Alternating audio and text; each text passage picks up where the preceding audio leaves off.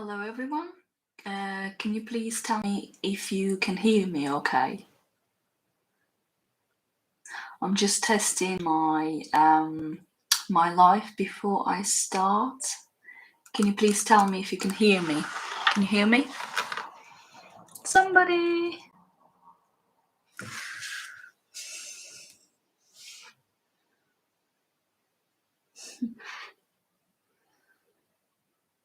Can you hear? Oh yeah, great. So I'm just testing it whether or not it's working or not. So for the first live stream, I'm using just a webcam that I have, and I'm not sure if I like it or not, but we'll see how it goes. So, but probably for next live streams, I'm going to be using my mobile phone. So we'll see how it goes. So we're going to wait another couple of minutes for people to join. I am welcoming everyone here, and it's so great that you guys found time to come and see how I paint, and I will be giving loads of tips and tricks how to use watercolor to paint beetles in this tutorial. So can you hear me all right? Yeah? Let me know, please.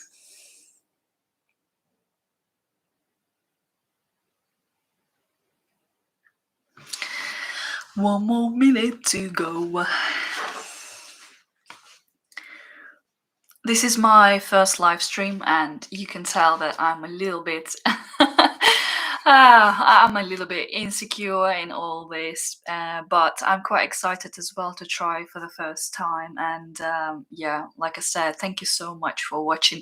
By the way, if you missed this live stream, it will be later uploaded on my YouTube channel, where I will try to do these live streams more often, and yeah, ideally once a week, but we'll see how it goes. So here we are. So now we're live. Yes, so it's 11:30. So hello everyone. Welcome to my watercolor painting channel, where I will be teaching watercolor and a little bit about me. So I am Rita Gould, if we haven't met, and I am a professional watercolor artist, illustrator, and designer altogether. And recently I discovered that I do enjoy teaching and learning myself new things, how I can teach others to learn watercolor basically. However, I do like other media as well. So I am having Patreon, where I teach watercolor tutorials mostly, but also give a lot of tips and tricks so you can join. I also started doing watercolor workshop in real life. So if you live in the UK, follow, and you might find that some of the workshops might be near you. And also I'm here developing my YouTube channel and Instagram. Mostly I'm present on Instagram, and I love using this platform, so all the updates you can find on Instagram. So I'm just reading your comments at the same time. Thank you so much.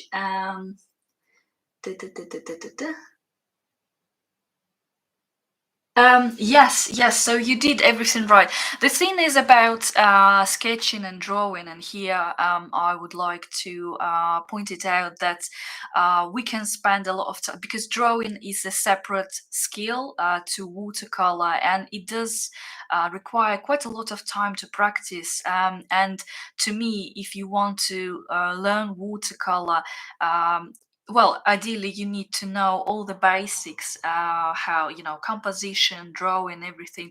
But here we will be trying to paint watercolor beetle, and probably for next lesson I will try to start it with drawing skills, because it will take a lot of time to draw a beetle. For example, here I just made this little sketch for you.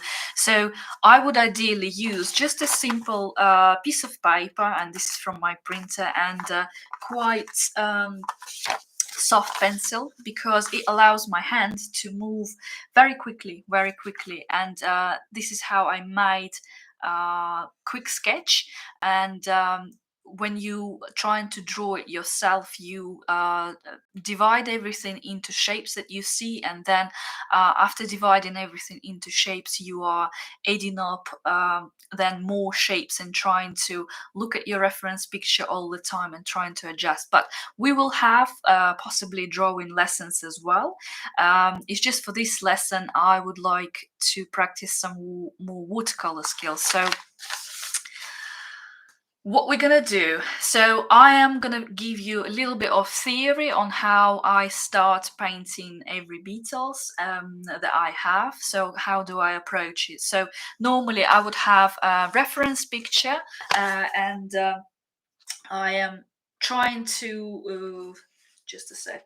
So the difference between you need to have a really good reference picture to start good watercolor painting, and ideally you would need to make this reference picture yourself. However, in some situations like here, I can't really get this good quality Beetle picture, so I've used Pinterest for this. So this is a picture of our Beetle, and how do we approach it? So we transferred our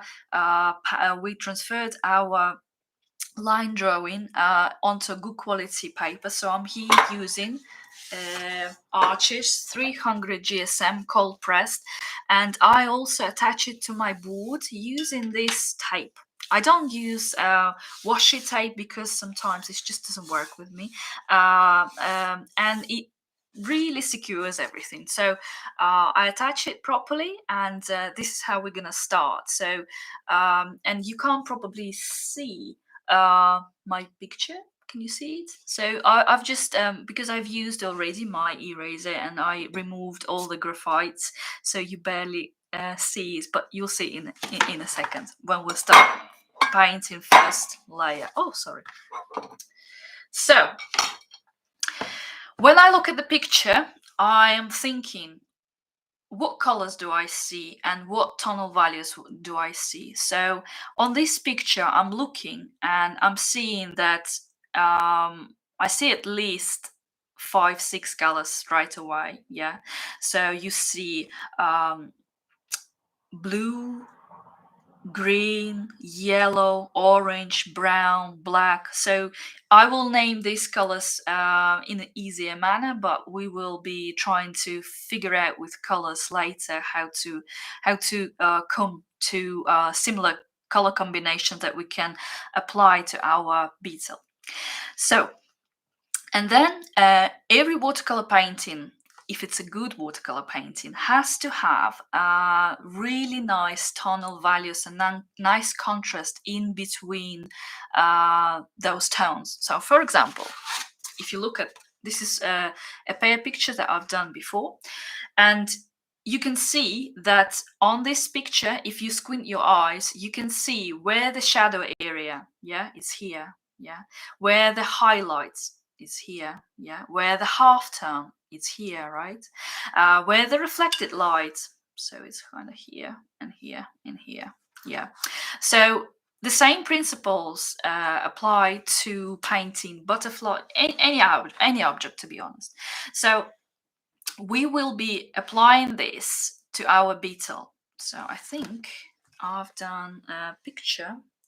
So I've done a picture here where I transported my image into black and white mode to see more of the different tonal values. If you can see on the picture, so what are the darkest tonal values here? So what is the darkest parts of the Beetle? So I can see it's like here, yeah, and it's kind of here, yeah, where his legs. So these are the darkest one, and also here, but it's more like a reflection, I don't know. So here is the shadiest. This is, I would say, this is half tone or mid tone, and this is a reflected light here, and this is a highlight, so it's highlight. You know what, I'm looking and I am seeing that on my picture everything is sort of reflected, so I'm not sure that it's a good idea to use that web camera, but I think it will be okay for the first live stream to use, because like I said, you won't be reading anything. So, but just I hope that you have your reference picture in front of you, or any device that you've got. So also what I've done, not here, not here. So also what I've done, I decided to, using some programs, I decided to make this picture where it minimizes the amount of color on my picture, so I can see all my colors. Well, not all of them, but some of them. But you can see that here, I'm seeing that here is a like black or brown color. He is the orangey color. He is a yellowy color, and he is more, yeah, he is more yellow, green, blue, emerald color, and he is a dark blue. So this helps me to understand what sort of colors I might use. And if you're when you're already working with watercolor for a long time, it kind of comes, so you kind of feel what colors to mix and what colors to use.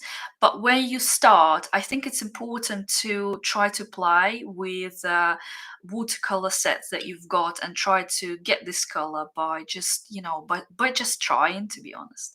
So now we're going to move on to our picture. So I don't need this anymore. Also, I would like to ask while we before we start. So you see, guys, in between. So this beetle will be painted in several layers.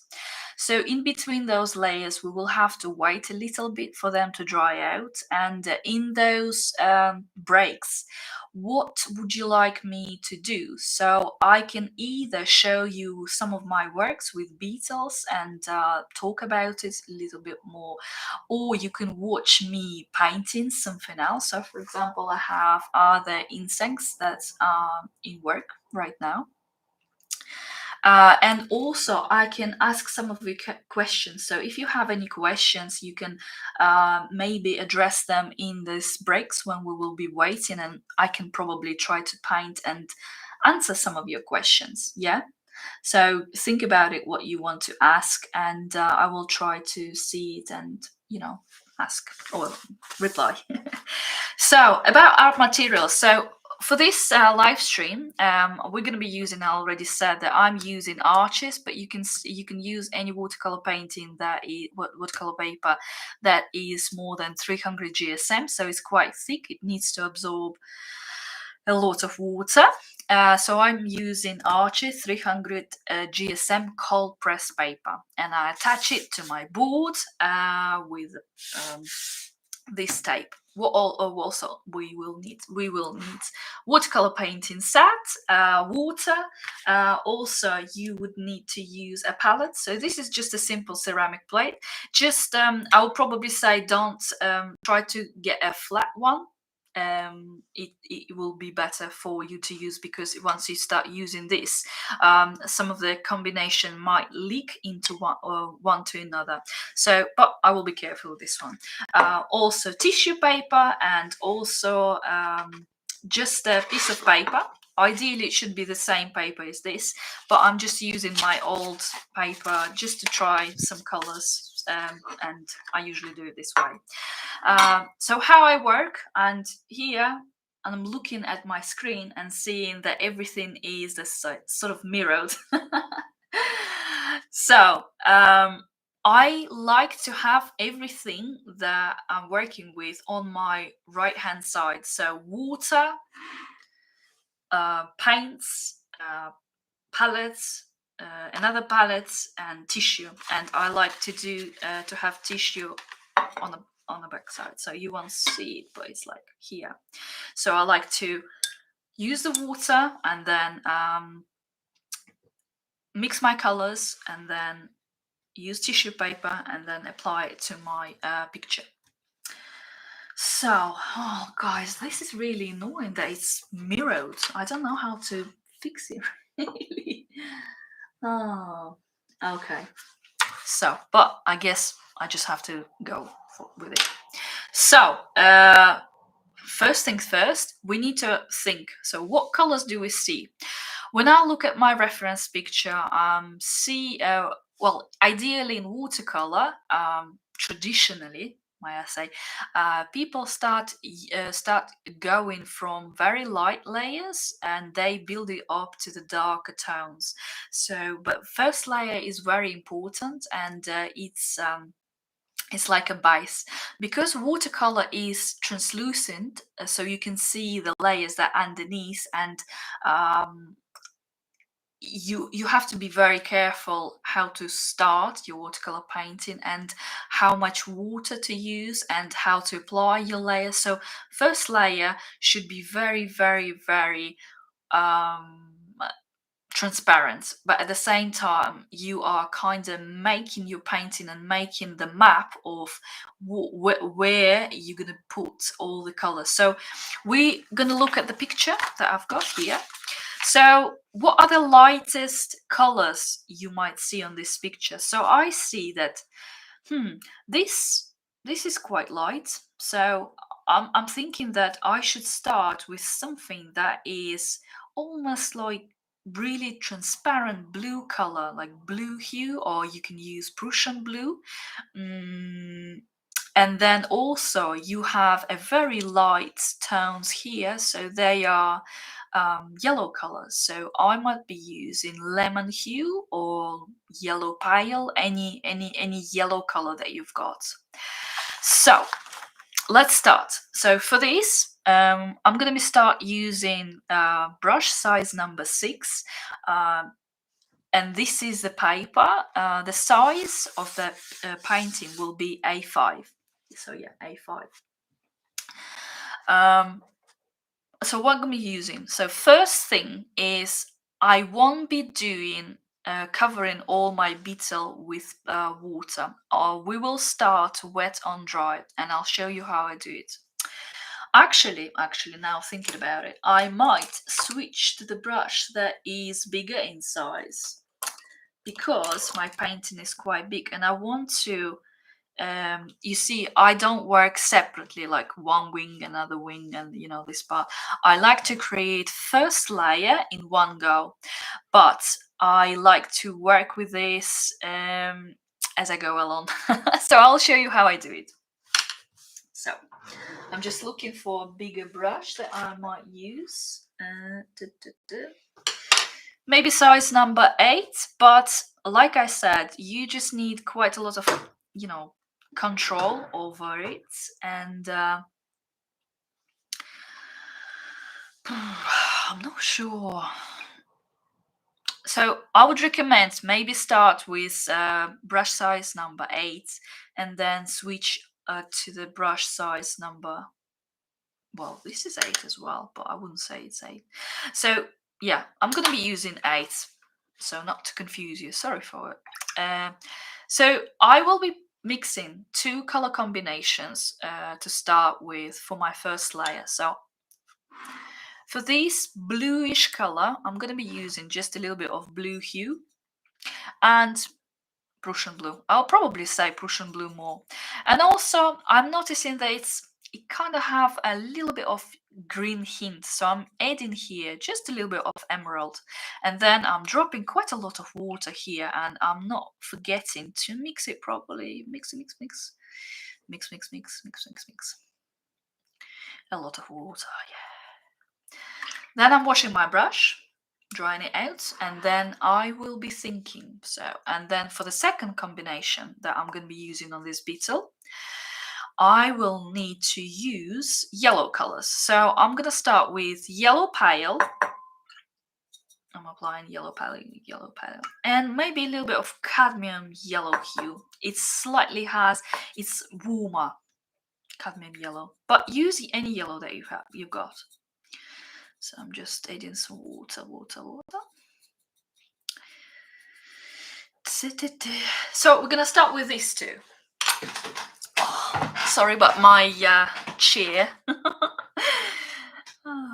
Okay, so we're gonna start, and for you it will be left hand side, unfortunately. Oh, so I'm gonna start with left hand side, and I'm gonna be painting wet on dry. So I'm gonna start just applying this, but you notice that I left some space because I'm gonna be washing my brush, and then I'm adding just water, just water, just water, and then it depends what paper you use, because my paper needs a lot of water in order to start working, because when you don't put a lot of water, it just starts to, dries out very quickly. So I'm switching off here to the brush that is actually bigger in size. You can see they both 8, but this is bigger. So I want to cover it with water. Covering.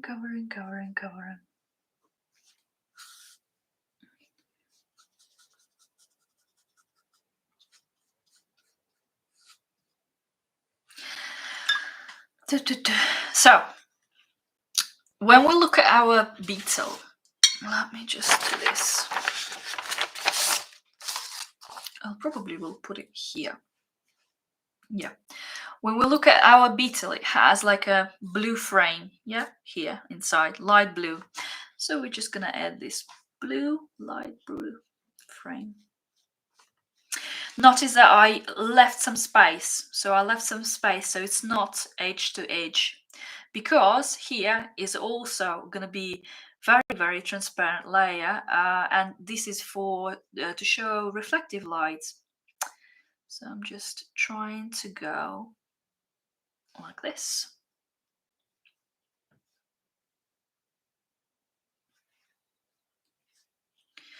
And then I'm going into my palette and I'm just using some more color.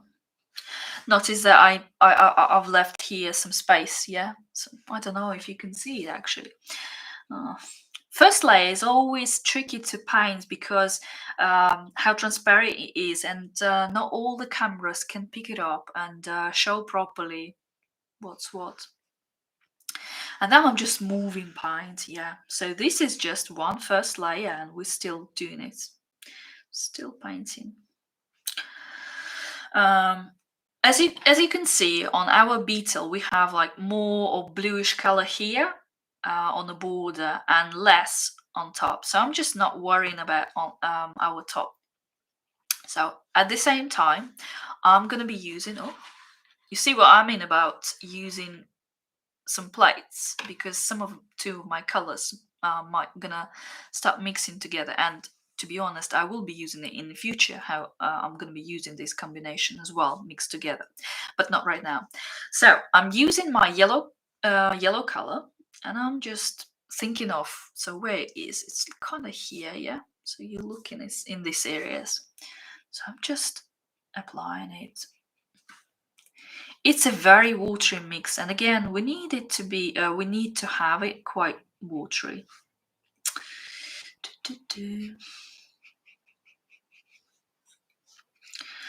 I usually paint Beetles, and sometimes I have 5 layers, 5 different layers. But we'll try to see how it goes with this one, because like I said, it all depends on your satisfaction, how you will be satisfied with your painting. Then, so I applied, a little bit of yellow paint, and I'm just looking where to paint. Also the top of our Beetle.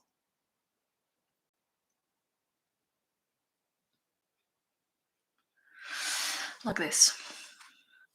As you can see here, on the border, I kind of see that I have quite a lot of paint and water. So what I do, I love lifting the pigment technique, and what it is when you are with your wet but dried brush, any brush. So I'll show you which one I use. I just use this brush because it's synthetic and it's worn out. As you can see, the tip is completely damaged. But I love how this brush, even it's a synthetic brush, how it pulls water, holds it together and moves it. So that's the main qualities that I'm seeking for making the lift in the pigment. So I want to remove some of the paints on the border to make reflected lights, to leave an area for reflected light, what I'm doing. So I'm washing my brush, I'm drying it, yeah, and then I am, with full body of the brush, I'm just moving it down. You see how it collects all the water with paper? And I'm like lifting. And then I'm drying it against tissue, washing, again, drying, and then doing it again. So what it does, it pulls color out. And on the other side as well. Yep. Oh, yeah. Like this.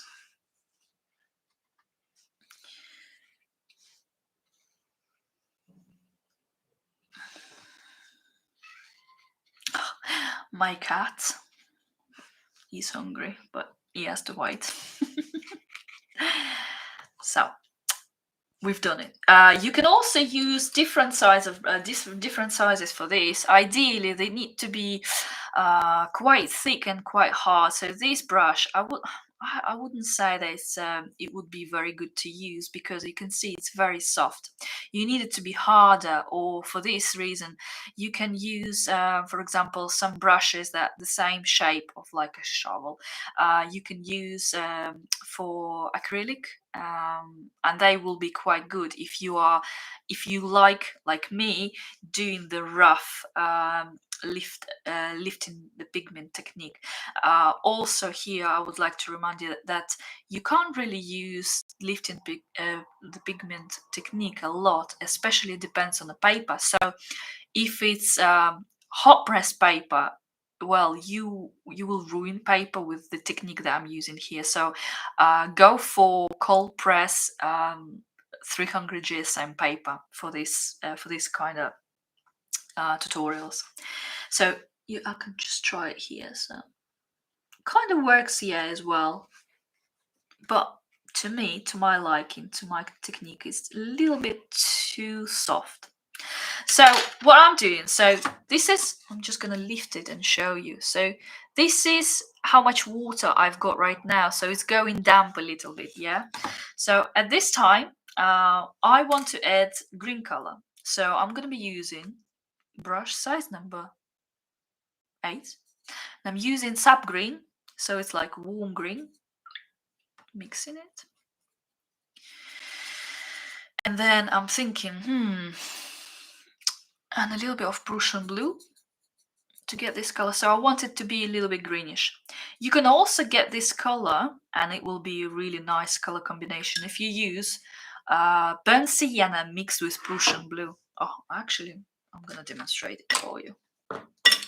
Whoops. So I'm using burnt sienna. Oh, I love burnt sienna so much. Probably my favorite color. And then Prussian Blue. Dun, dun, dun, dun. But then you need more of burnt sienna. Gives you a rich dark green color, but slightly on the muddy side to my liking. But I still will need to use this combination later, so I'm just going to put it on the side. So for this, we're going to be using, for our painting, it's better if we start with colder green. So I'm using Sap Green with a little bit of Prussian Blue. I'm using it, I'm trying to mix it all together. So, and we're gonna apply it to the half tone. So whereas our half tones, it's sort of like this area, yeah, this area. So let's do it.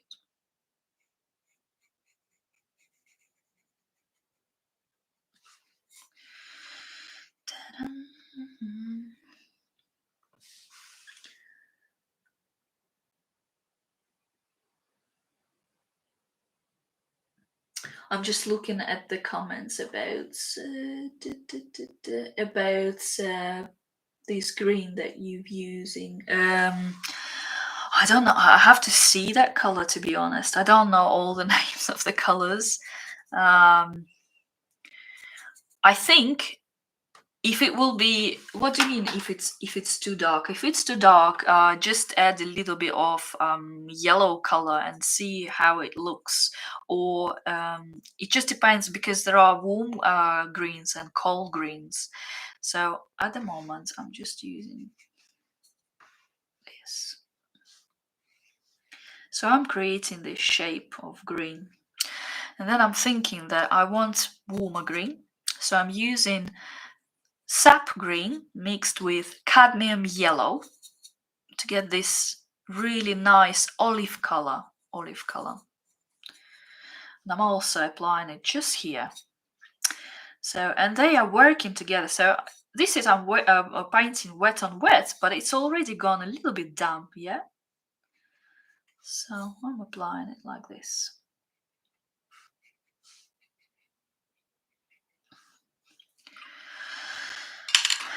And then I'm switching off to the different paintbrush, and I'm just like, with the wet brush, I'm pulling the color so it's nice and round, yeah? Nice and round. Nice and round. Don't worry about edges. We're gonna do the same. Just, yeah, like this. So what else? I'm having Prussian Blue. Prussian Blue here is a very lovely color, and I'm adding a little bit of emerald together. And I'm looking at my picture, and I'm seeing here there is a cold blue here, so I'm just adding it as well.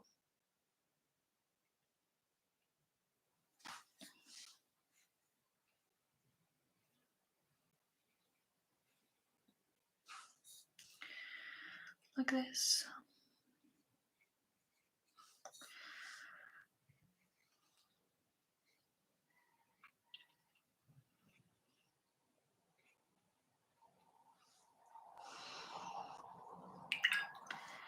And also I'm going to be adding just a little bit here and here. So sort of top of our beetle and the sides. Like this.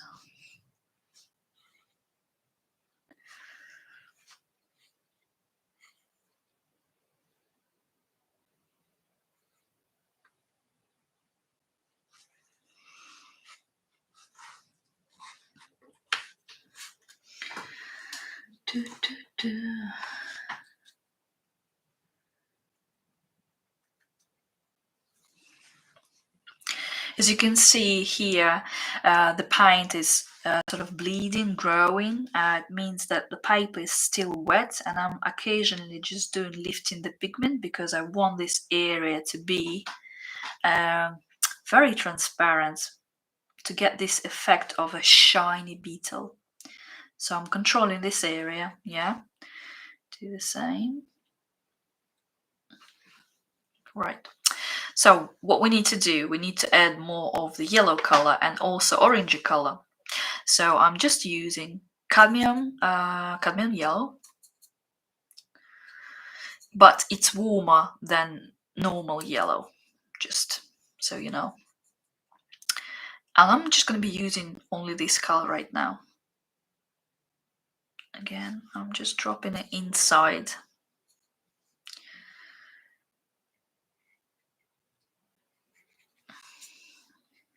Like this. Like this. And also I'm going to paint the top of our beetle.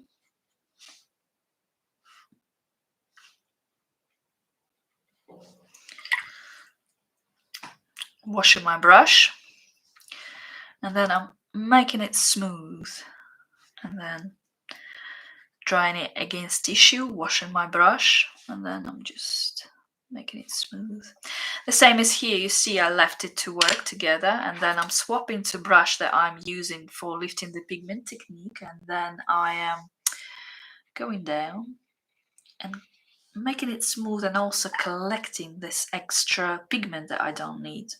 Again, washing my brush, drying against tissue, and then going down. Oh yeah, it's nice.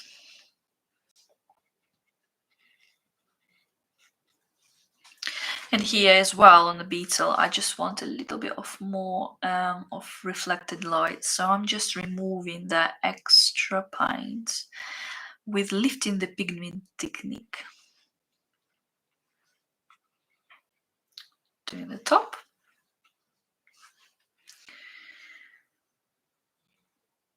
Like this. Yeah.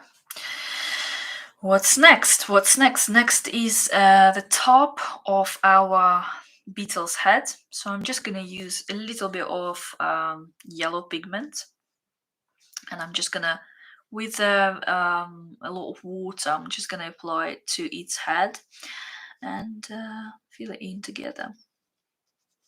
Just to map it on the paper, you know, so you can see it better. But yeah, just dropping yellow pigment like this. Yeah. And what's next? At this time, I would like to add that we're probably gonna paint all the legs and all the antennas together.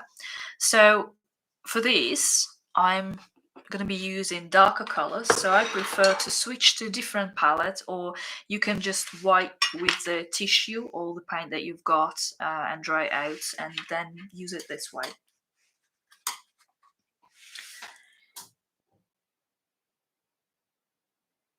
You do its head together with the paws. You mean yes? I'm gonna be painting all the legs and all the antennas together. And I like the effect. So our head is still dry, so I like the effect when some of the dark color will naturally just bleed inside inside the Beetle. So what colors I can see on this Beetle? Definitely orangey and brown color. So for this, I will be using probably raw sienna, not raw sienna, burnt sienna. Burnt sienna here, showing you. Also, good color is burnt amber. So it's like really dark brown color, very earthy. And then later, I also will add a little of Payne's grey. Yeah, color like this. Probably 3 colors. We'll start with light color, yeah, because it's good to start with lighter color combination. So what I'm gonna be using, I'm gonna be using brush size number 8, and I'm gonna start with burnt sienna. So it's like an orangey color that I'm gonna be using. Let's get some more. Add some water, because remember, it has to be watery first to work together, and with technique that I'm working. So burnt sienna is. So I'm gonna start with antennas, because I'm gonna go down. So it's just will be easier for you to do the top and then move down, rather than start here and then move up, because you're risking of making some smudges. So we don't want that. So I'm going to be using raw sienna, and let's go. So you can see it's like, don't forget that antennas of this Beetle consist of like roundy points. So I'm making them round slightly. Again, I don't like painting 100% hyperrealism. I like semi-realism, where I follow shape, follow colors a little bit, but then I like to do it my way. You can see that it's just started to bleed in, so I'm just adding a little bit more color. I'm just dropping it where the head meets antennas, and I'm just allowing it to bleed, so it naturally will bleed inside. And also, this is a good time to add a little bit of orange color. We can use burnt sienna as well. So as you can see, there's like drops of orangey color. So I'm just gonna do it this way. Dun, dun. Just a little bit, just to map where color's gonna be the same as on the main body of the Beetle. Gonna be using this like this.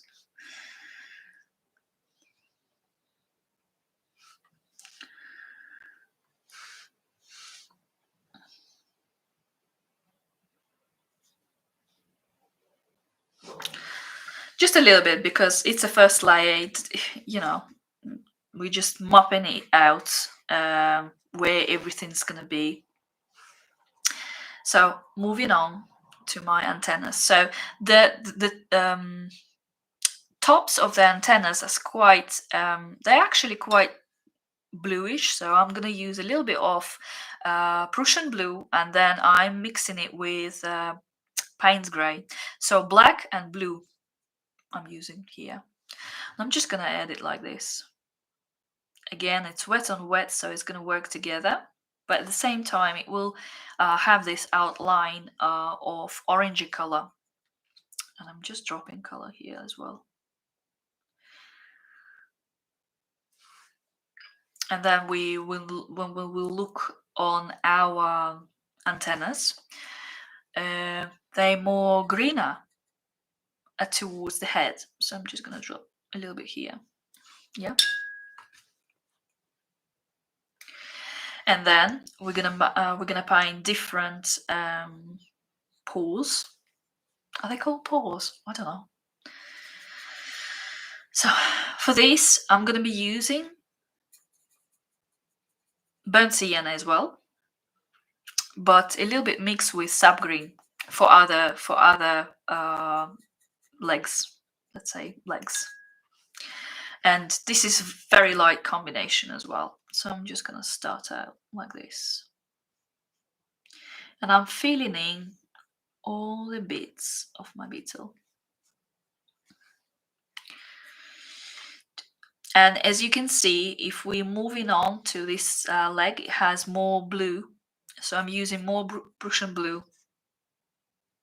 mixing, and then I'm painting with the same blue all the bits here, and then they look like it's burnt sienna more. So I'm dropping just burnt sienna like this, and then, sorry, like this. I'm leaving it to bleed. Then I'm also noticing the burnt sienna just a little bit here, just a little bit here, and I'm leaving it like this. At the same time, I'm seeing that my color on my antenna started to work together. So it's going from wet stage to damp stage. It's a good practice to remove extra paint, and also create a highlight on the antenna. So I'm going to be using lifting the pigment technique here. You can use smaller brush, it's just I'm used to this, but you can use smaller brush. And so I'm applying the pressure and just pulling this color, then washing it, drying it against the tissue, washing it. So it has to be washed and dried before you apply, and then with the other, just getting rid of it. Yeah, and it's the same with our leg, like pulling it out. Extra, we don't need extra. And here as well, like this. We're gonna do the same with our different pores. So here I'm just gonna quickly start with painting using Sap Green and the brush size number 8. and I will be painting with all this color all the way through. And the same I will be doing with different pools.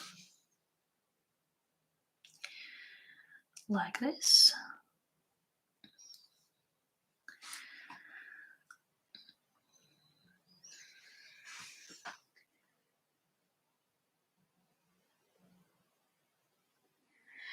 I have a question.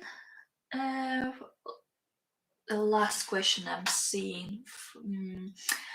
Do you finish painting like this in one sitting, or do you work for several days? No, it depends on the painting. With this one, I'll probably say I will finish this in 3-4 hours. It really depends how much you um, how much you leave your painting to dry out. So the first layer is very important, that it's going to be, very dry before you start applying different layers. And so I'm moving on here on this side, and I'm using just this diluted sap green first, just to water all the pores, and then we will be simultaneously adding different color combination to its legs while they will still be wet.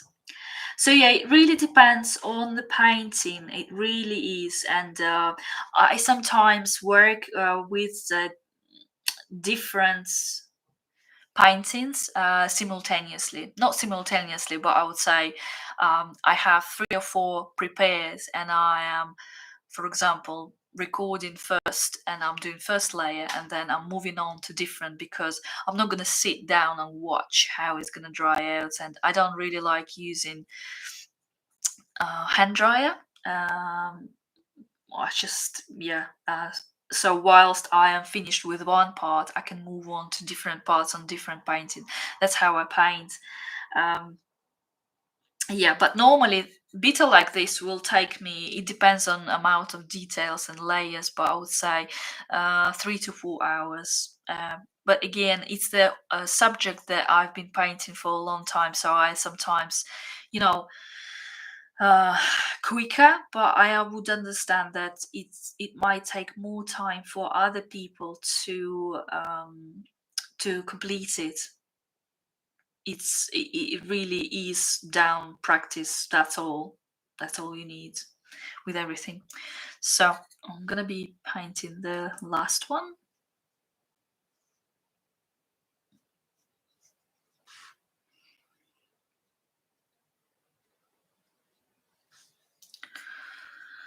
Like this.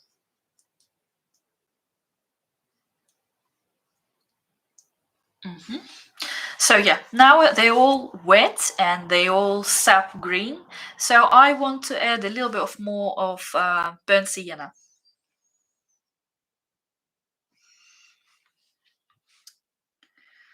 Burnt sienna. And I noticed that it's sort of in between of parts of Beetle's legs. So it's like where the joints are. And also here. So I'm just dropping that light burnt sienna in the places where joints are joining together. Here's quite a lot of burnt sienna. So yeah, don't worry, because first I would say it really depends on a practice and how many beetles you've painted. If we're talking about beetles this time, it really depends on a practice, because you can practice every day and you will quicker get to the point where you will be so familiar with this object, and you'll be great. You'll be great at it. If you practice once a week, yeah, it slows it down, but again, you have to enjoy the process. You have to love it. So what I'm going to be doing, so I applied burnt sienna, and then with my brush, size number 6 here, I will be lifting the pigment again, because I want highlighted areas as well. So I'm just going to be pulling some extra color out, sort of in the middle of every leg. So you see it's kind of gone lighter. Yeah, that's the effect I'm going for.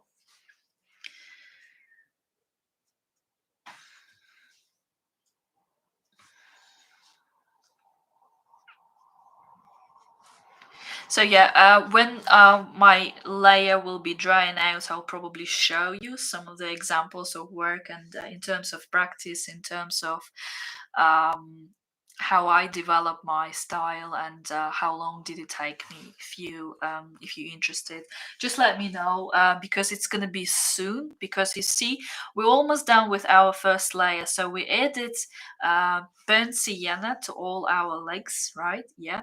So I want to add a little bit more of Prussian blue. So it's a blue color. I'm switching off to this. It's the same brush, it's just more pointy, because I can't really use this brush to work with small details. So I would recommend using 8 or 6 even brush. It depends on your, if you are struggling with control, I'll probably say 6 or 4. It really depends on how you paint. So I'm going to be using Prussian blue, and I'm pre-mixing it, adding some water here. Yeah, and also noticing that it's not clearly Prussian blue. It's not like only blue. There's a little bit of hint of cold green. So I'm adding emerald green mixed with Prussian blue to get this color. And then I will be dropping it also in some areas. You can see here it's already started to dry out, yeah? And I'll show you what to do with this. So whilst you still have these wet areas that are bleeding, yeah, so they're spreading, that means that it's wet, you are going down, and I'm just applying it again. You don't have to be 100% precise. It just gives a lot of interest to every single detail. So if you paint one leg in one color, it's not gonna look good. So here as well, just blue.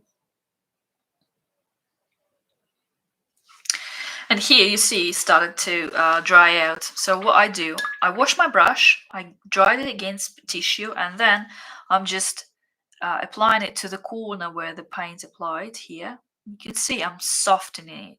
So it's making smooth. But it has to be still wet, because if it dries out 100%, it's gonna be, harder to remove, almost impossible actually with some colors. And you can see I didn't like how one colors went into different colors. So with my watery brush, so I'll wash it and then I dried it against tissue, and then I'm just like making it smooth and also lifting some of the pigment, so it looks like this. And then I'm washing it, need to be washed, and then I'm moving it like this. Also, I would like to ask you guys who's here, what time is more suitable for you to do this kind of live streams?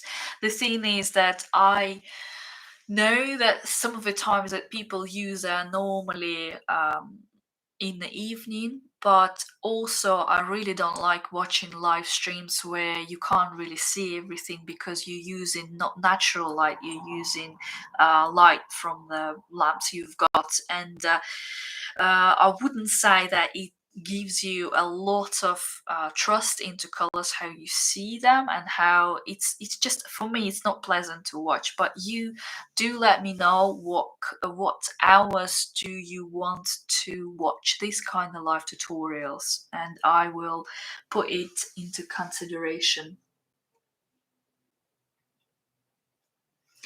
I noticed brush control is such a major thing to master this.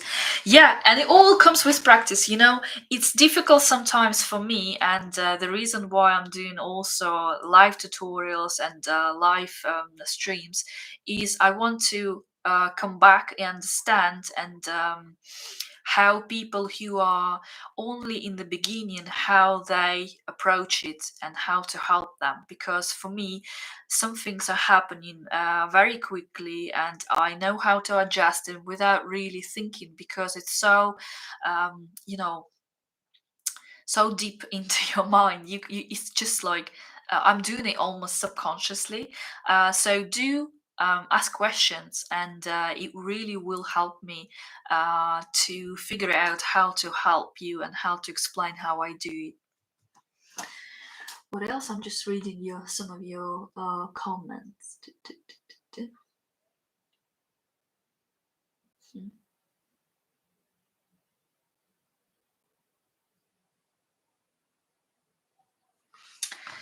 So, so at the moment, our first layer is done, as you can see. Uh, as you can see, so it's going damp, but it's not 100% dry. We need it to be dry 100%, and you can use hair dryer to do that, or you can just leave it for, well, another 10-15 minutes, and I can show you. I have.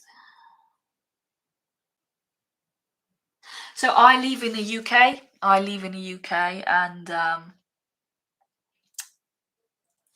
that's ideally for me, because we're going into winter. Ideally, the hours that I want to do live streams, and ideally I want to do and use them as use daylight. So it's any time from 9 a.m. Till, let's say, 2 p.m. So it's like this, or I can do Sunday anytime, and on Sunday more people are free, so we can do it on Sunday as well. I've got a question. Is the same? So, do you stretch your paper to avoid?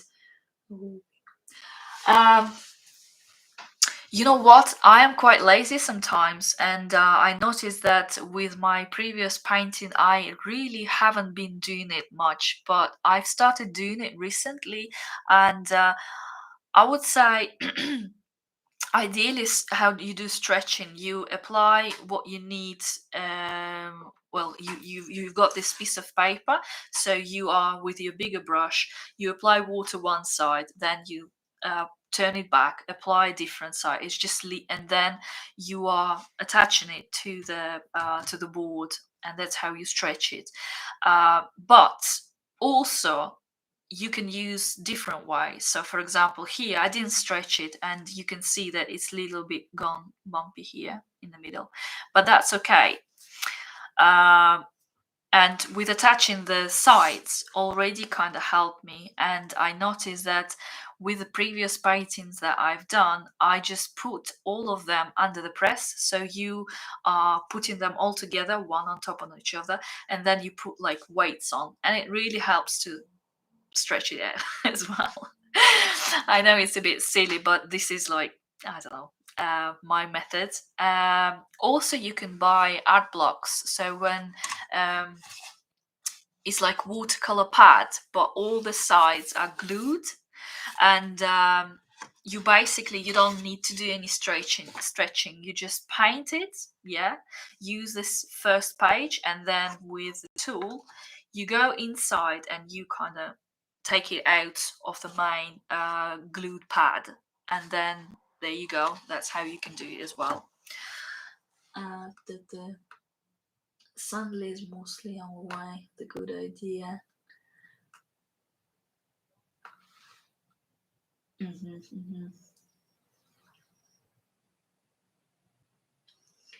Hello from Poland. Hi.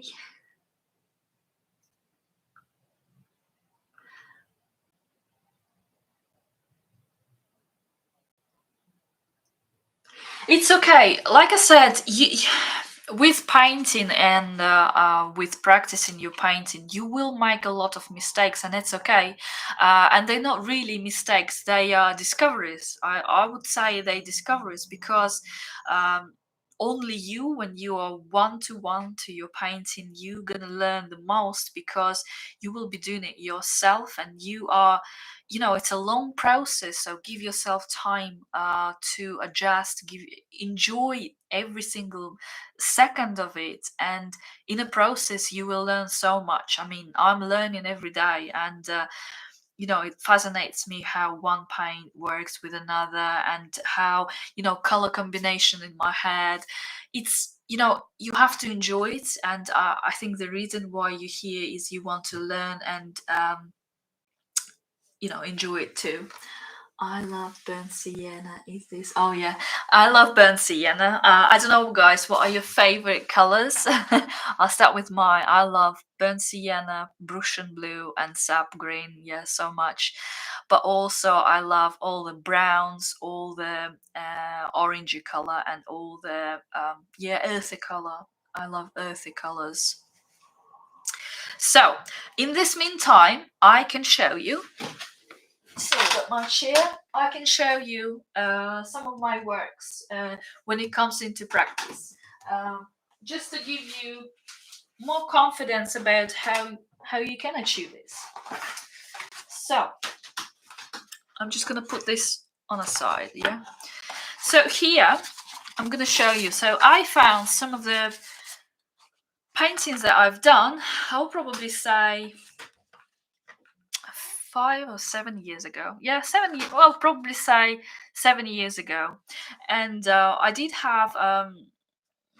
go to art school when I was a teenager, and I loved it, but I really didn't think that I can earn money from it, and I moved into designer. To become a designer, even though that I had a degree in journalism.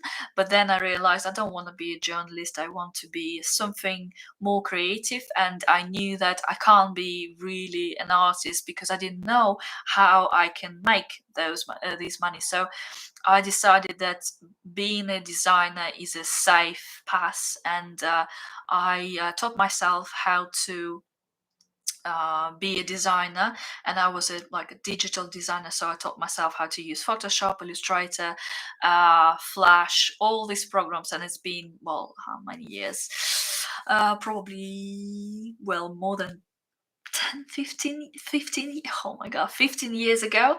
And it was a thing then that web design, and I love doing web design, but I never really 100% enjoy it so much. And if you ask me in the middle of the day, do you really want to fix this design, I'll probably say, well, yeah, sort of, yeah, okay. But if you ask me to paint, I'll be like, yes, I'm so excited. I love, I get so much satisfaction from painting. That's why I'm so into it. So these are my paintings about what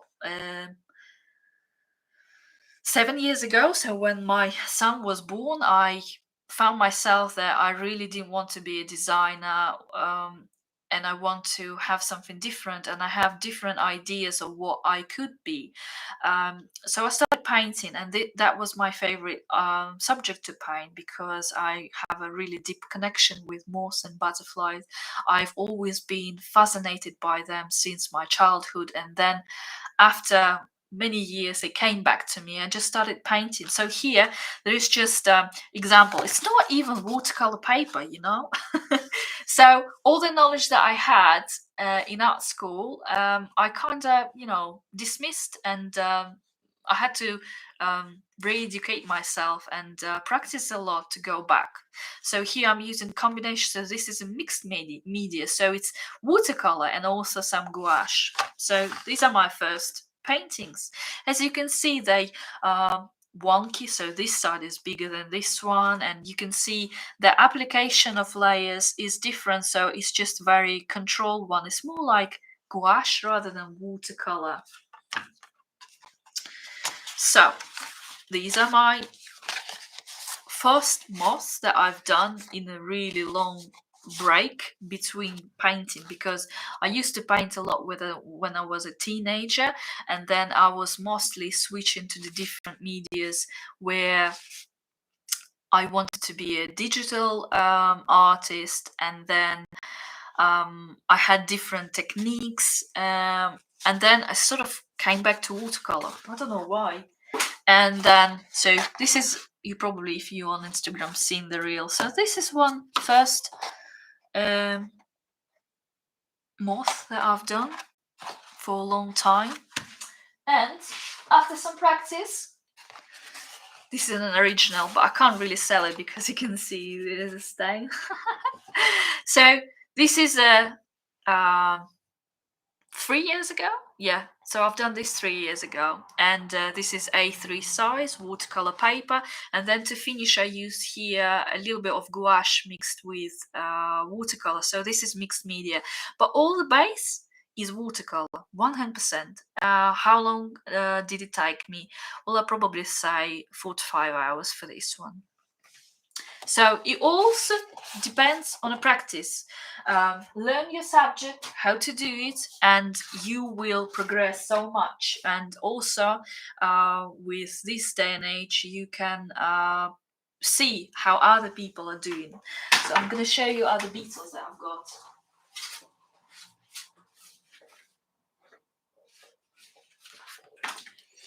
I'm also checking the beetle. Still a little bit dry. Oh, wet, sorry. So this is probably 4 years ago. This is mixed media as well. So there's a little bit of gouache. This is I've done a couple of days ago. Yeah. So here you can see I'm not going for 100% realism, but I love discovering the color combination and how they play together, and almost like on a border between realism and illustration. And I love this technique. I love exploring it, and I really enjoy painting that one. This one has quite a lot of views on Instagram with this one. It's a flower chaffer beetle. I love them so much. So this is done probably 6 layers, something like that. This is just very recent. This one didn't take me long, probably a couple of hours, I would say. That one.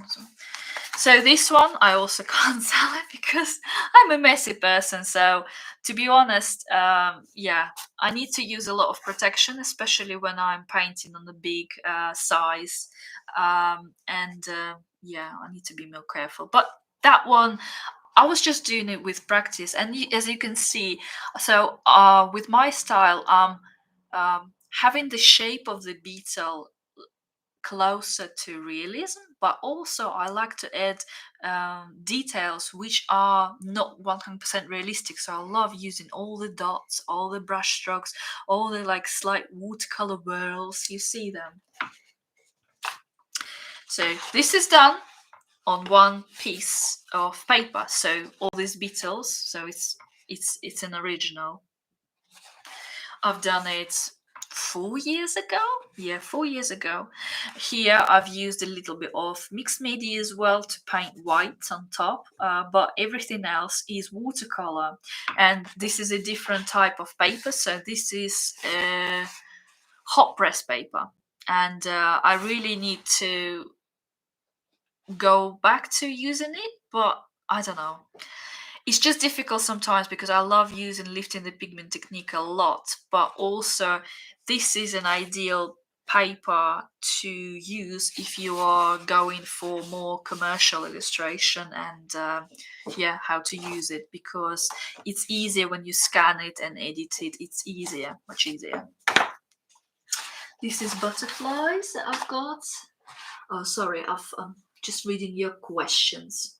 Do you use multiple colors of gouache, or do you mix watercolor with white gouache? Yes. So to finish some of my butterflies, hang on.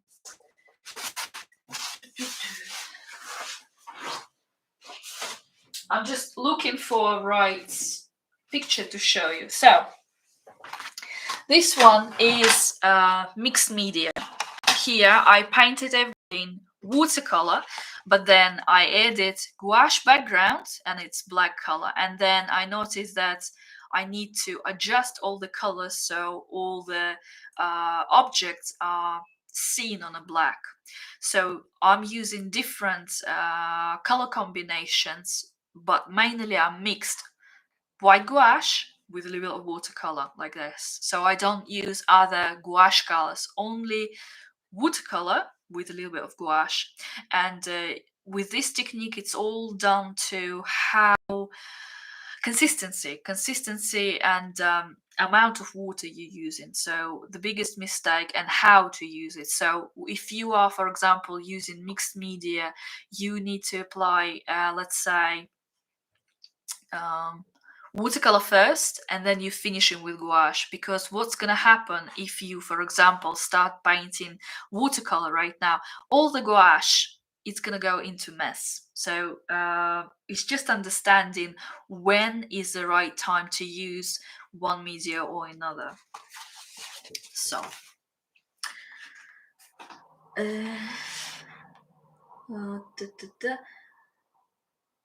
love you. Thank you. Thank you.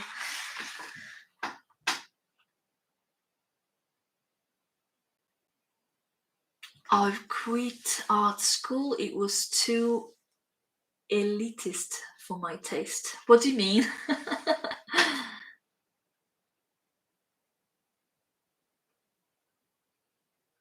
Dun, dun, dun. So yeah, moving on.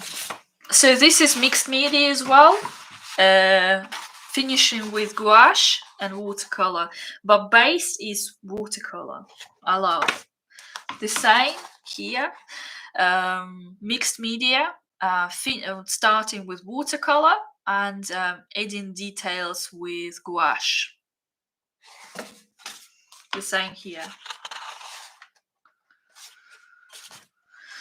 This one, it was done probably 5 years ago. A lot of gouache here, but base is always watercolor. As well, I'm showing you all the originals, by the way, done in one go, and this is mixed media as well. So base is watercolor, so everything painted in watercolors, and just some of the details added with white gouache. Not to every moth here, it's just this one, and that's it. Yeah, this one I've painted probably 6 years ago, and it's mixed media as well. Yeah, so just showing you, so everything is down to practice, only practice, and everyone can paint. Everyone, it just depends on how much you practice, how much you noticing how other people do it, and that's it. There's another Beetle, probably 4-5 years ago. This is a good paper. I think this one is Fabriana. Really like using this paper as well. And this is cold pressed paper. This is hot pressed paper. This is an original as well with frogs. Mixed media, because I finished it off with some white gouache, but all the rest is just watercolor. I hope you enjoyed watching it. Just gonna check my Beetle. Well, it's sort of dry, some of the parts, but not the main parts. The main part is still a little bit wet. So what we're gonna do, the good thing right now is try to go and change your water. Yeah, so that is what I'm gonna do right now. Yeah, because my water is quite, you see, already turning green. Yeah, so let's change our water, right? I'll be back.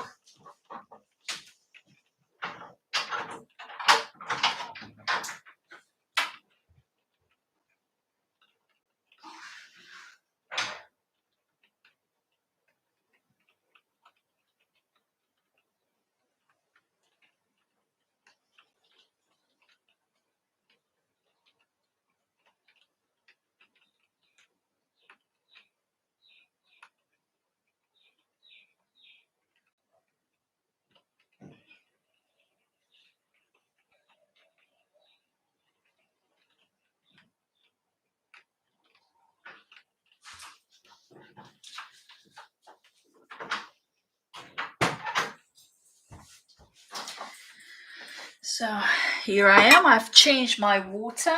Don't forget, with watercolor, you need to change your water quite often, especially if you paint in light objects, because because as I mentioned before, watercolor is very translucent. So even if you paint in white area and you are already using water, like we've just had this greenish, it will give a slight hint to the paper of a greener color.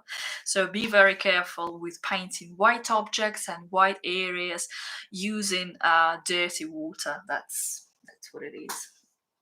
So what else do I need?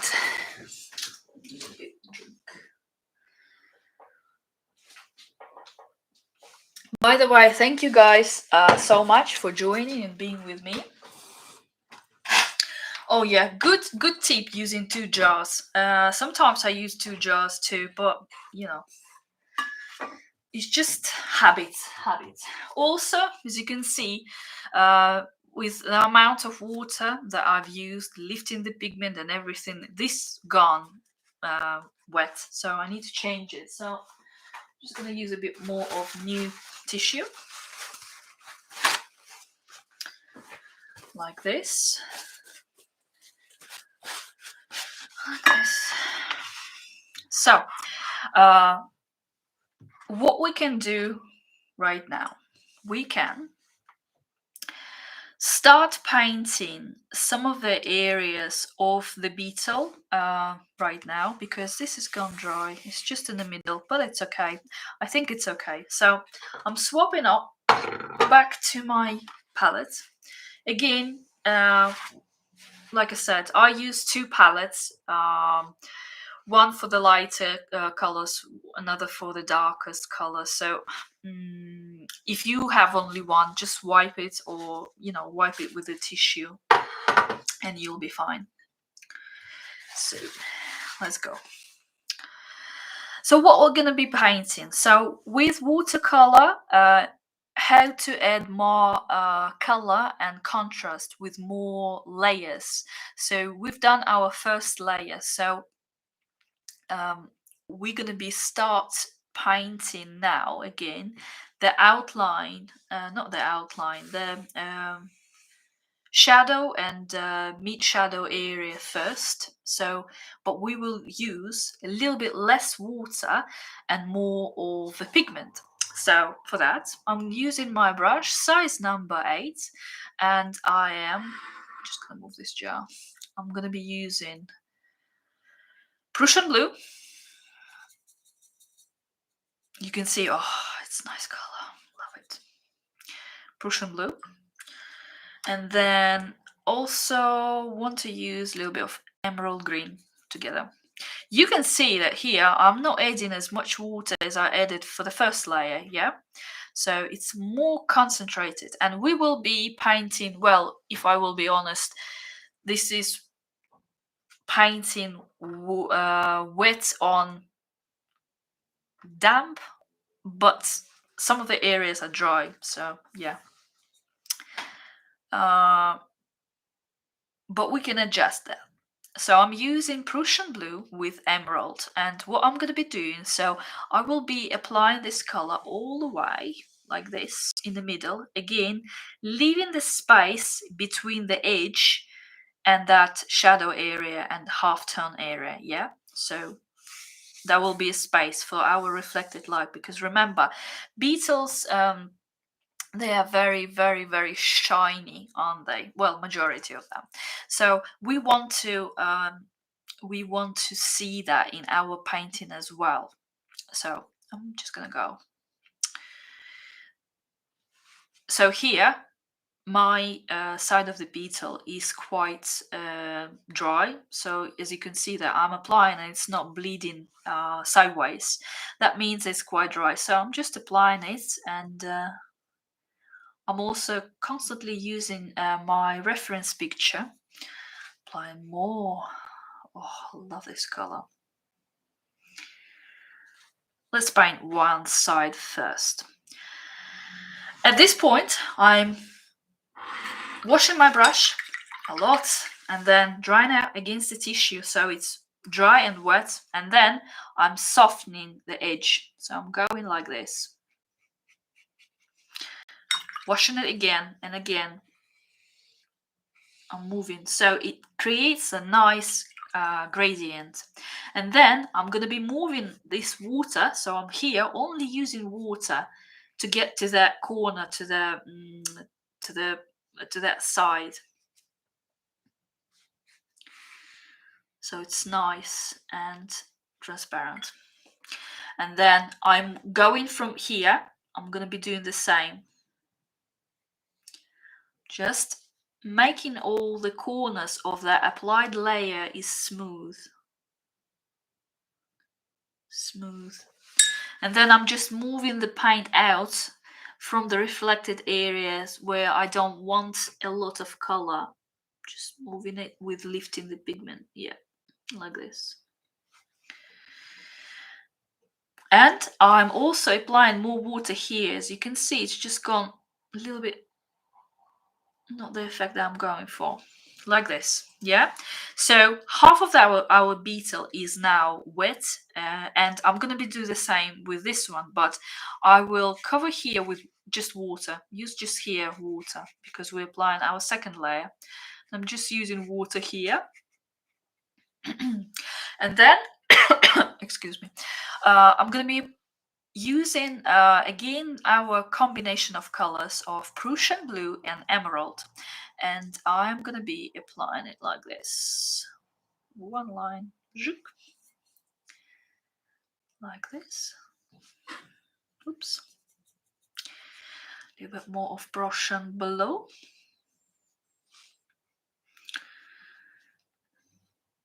So what I've done here, I just let it naturally to bleed, but it's not bleeding that much. So I'm going to be washing my brush, drying it against tissue, and then just softening this, making a gradient, yeah? I like having it like a gradient, so I'm just moving the color, yeah? And then I'm drying it against the tissue. You see how much color I've collected here. And from the other side as well.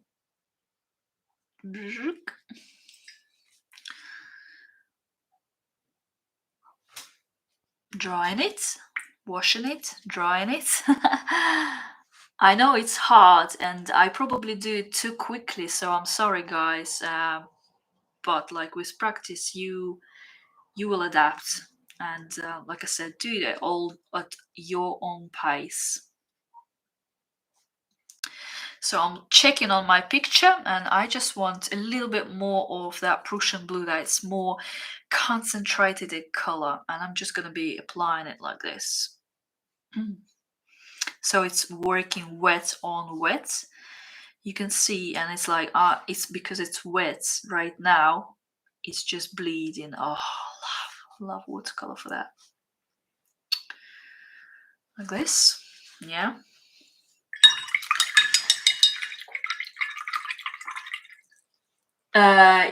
Is your live stream gonna stay on YouTube after you've done? Yes, of course. That's the plan that I'm gonna be doing. So I will be making live streams, and then I will be uploading them as tutorials on my YouTube. Well, not tutorials, but the place where can people watch and get some knowledge from me, basically.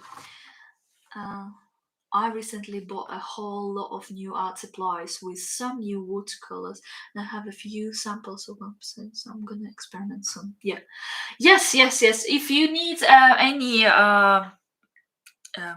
advice on what watercolor art supplies to use, I think I have a video where I show all the supplies that I recently use. But I probably will be updating it soon. I don't know. I have a tendency to work quite dry. I need to practice with more fluidity. It's the right way to say it.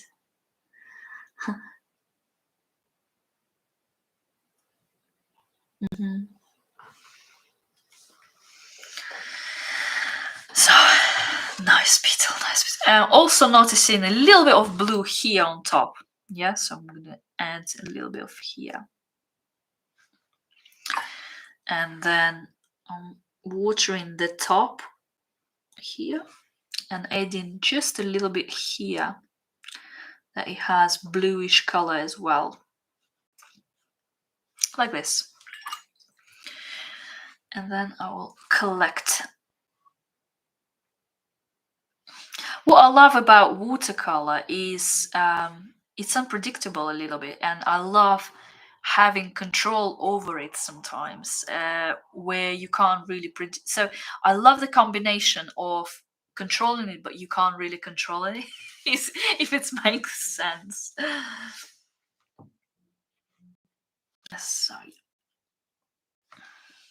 So this part, I'm just gonna correct the edges of my beetle.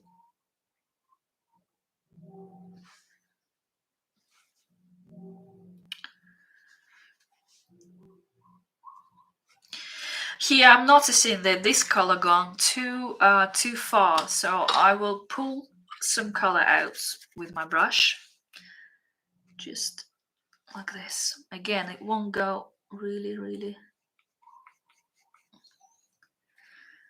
like this.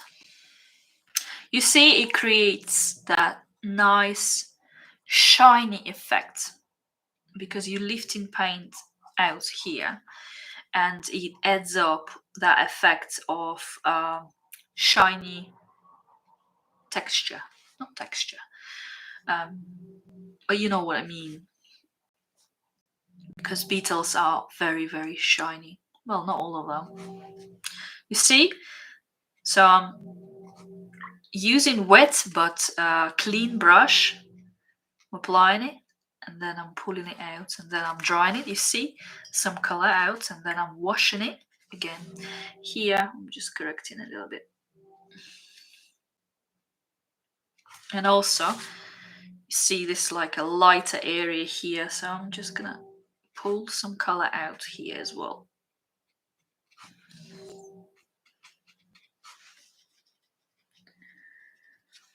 like this.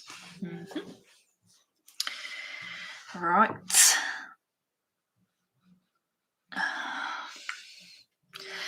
And at the same time, we're probably gonna try to paint the top of our beetle, but as you can see, it has a little bit of that blue color on the edges, yeah, and a little bit here, but not so much compared to the bottom of our beetle. So I would use a little bit more of sap green mixed with cadmium yellow, so green and yellow together, to get this olive color, yeah.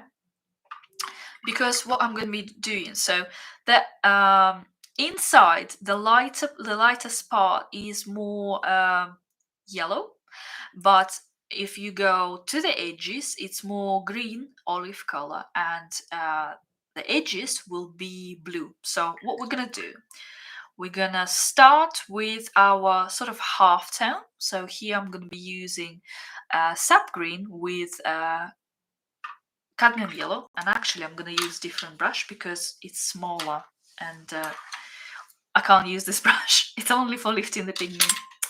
Yeah, so I'm using sap green with cadmium yellow, and I'm applying it again to the half tone, so I'm leaving the space between the edge like this,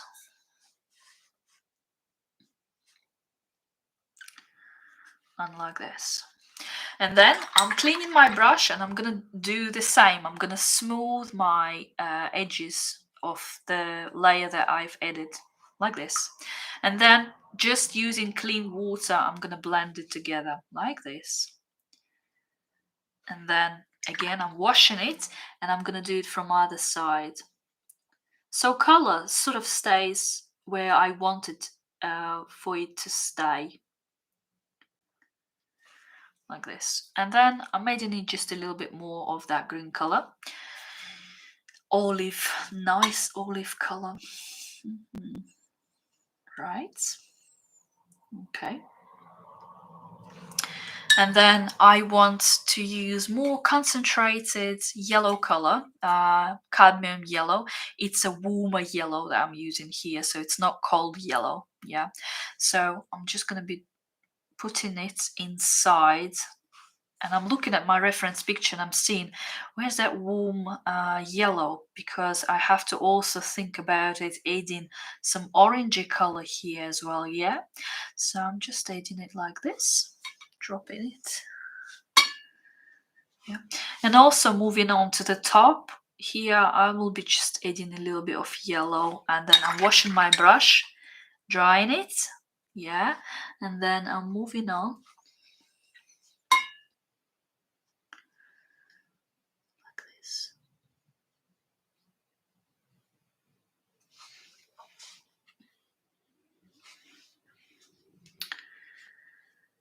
And then I'm washing my brush, drying it again, and I am moving it from the space where I want a highlight to be, like this.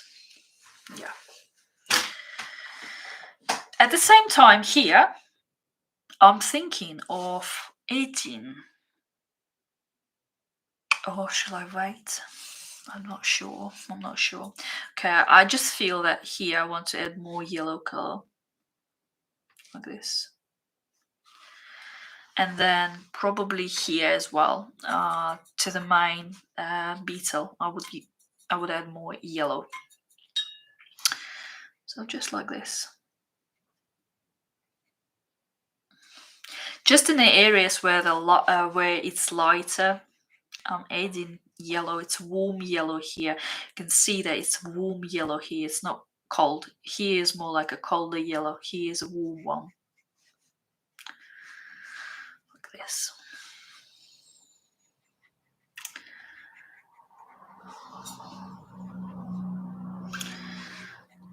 Like this.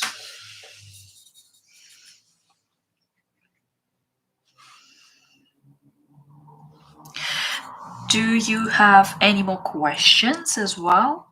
You can ask them and I can talk in between my painting, like this.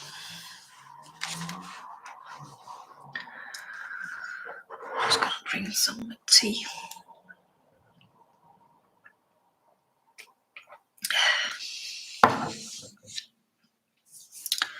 Okay, so I like the effect.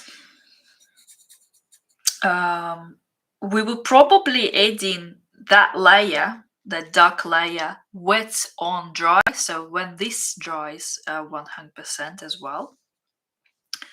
So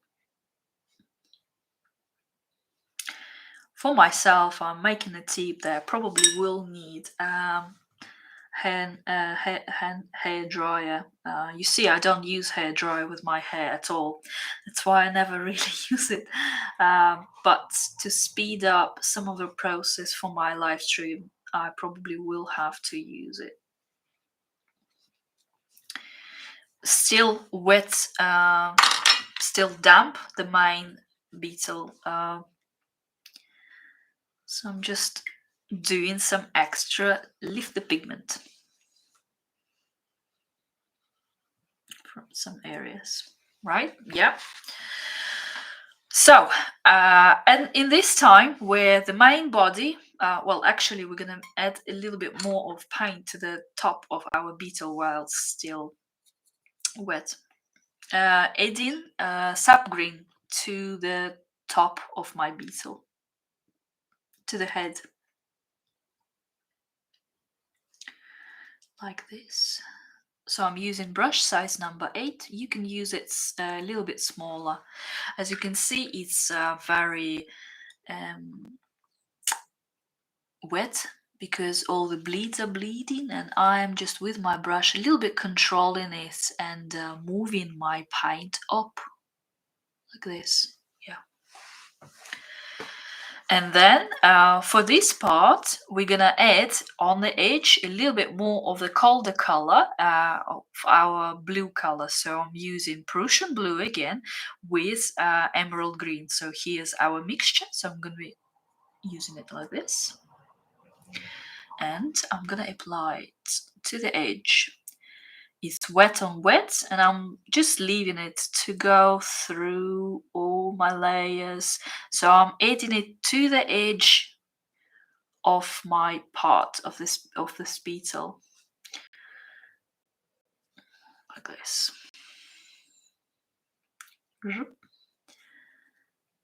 Like this. And when I look at my reference picture, I'm thinking that, this both parts are colder and darker on this side, like this. So I'm just dropping some more color here, yeah? And maybe on the top. So I'm gonna leave it a little bit, and then I'm moving up to the top. So in the middle of the head is still, I can see some colder blue color. So I'm just dropping it in the middle, like this. In the middle. Yeah, like this. I'm allowing it to bleed a little bit.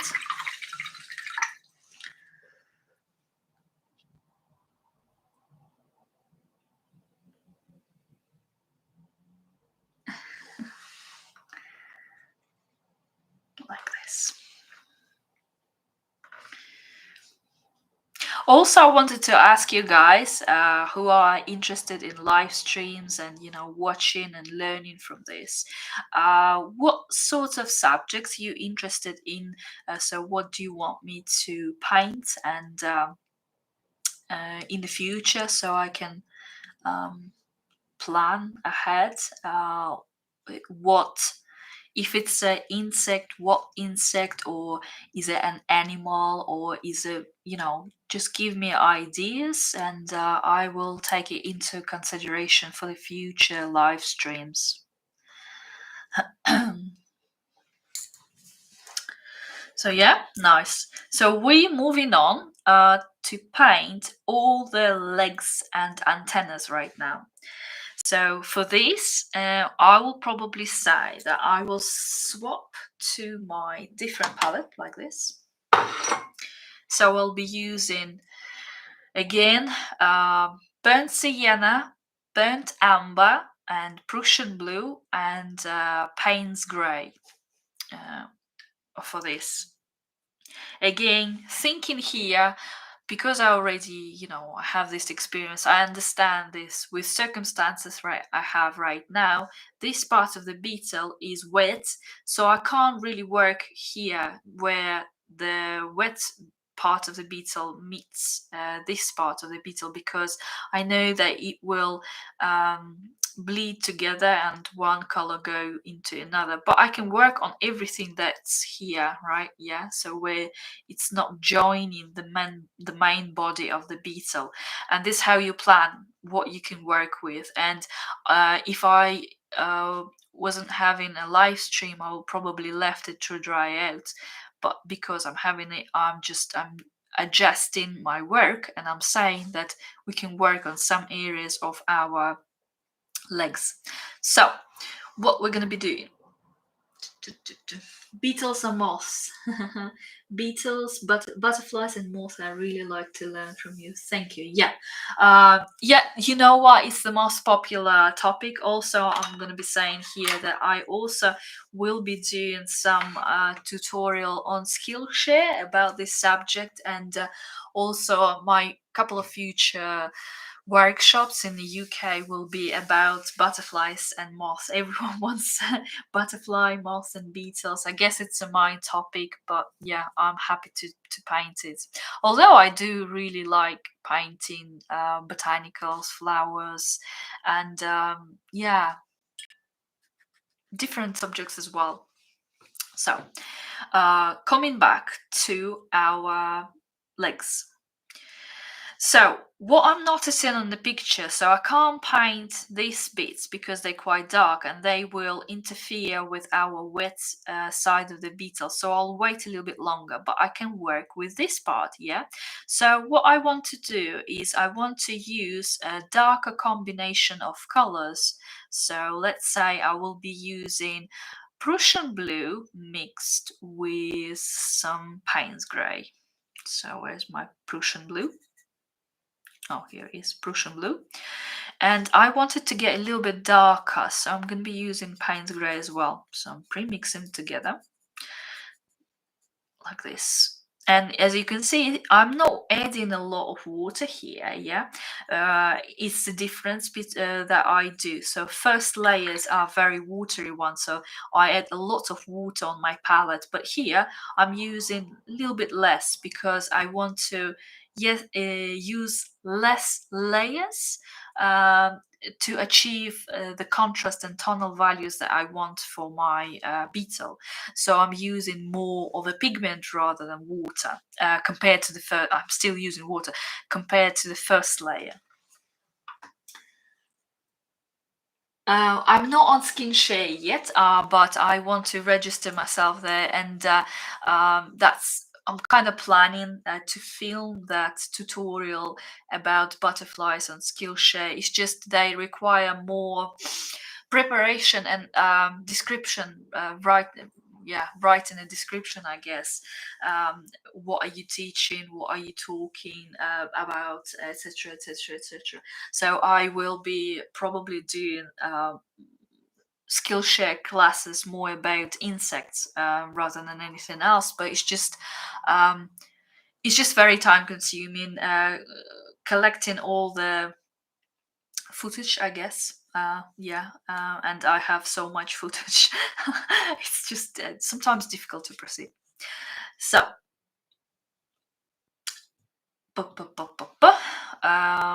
so I'm premixed Prussian Blue with Payne's Grey, and I'm thinking of switching off to smaller brush, but it's for a really short while, because what I notice with my style and with how I paint, I like to apply with a smaller brush, but then I like to use a bigger brush to smooth it together, because I find it difficult working with a smaller brush as well to blend it together, sort of thing. So I'll show you what I mean. So I'm using brush. Here is a size number 3. By the way, I'm just using random brushes. I am very how do I say it? I don't have favorite all the time favorites. I sometimes have one favorite brush, then I move to another one. So this is from Golden Maple that I got sent these brushes, and they're quite good actually for synthetic brushes. I like them. Yeah. So I'm using these two colors with the tip of my brush, and I'm looking. So this area is darker, so we kind of think that here is a darker area. So I'm just painting a shadow like this, and then moving on to another one like this. So I'm just outlining parts of Beetle's legs that has shadow areas like this with the tip of my brush. So this is brush size number 3. And then I'm moving on to this part, and I'm looking that it actually has like here and here, both sides are quite dark.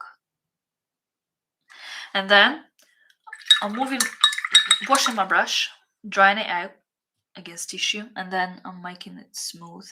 As you can see, like, it helps me, but not so much how thin that brush is for me. So it's more difficult for me. So I prefer to switch to the bigger brush because it allows me in one go make it smooth. See, like this.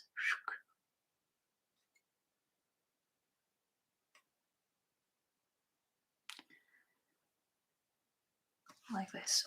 And then I'm also having this burnt sienna, and I'm dropping it like in a corner, and here, hop, hop, like this. And I like this when it's gonna bleed together, yeah. And then I'm controlling it, and I'm pulling my brush up and collecting some of it like this.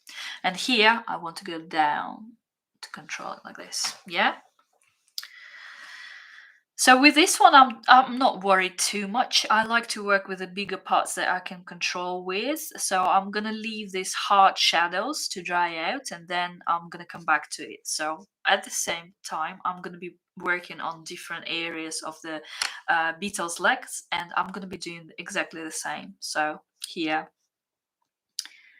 I'm outlining the shadow area, and then this part like this, like this.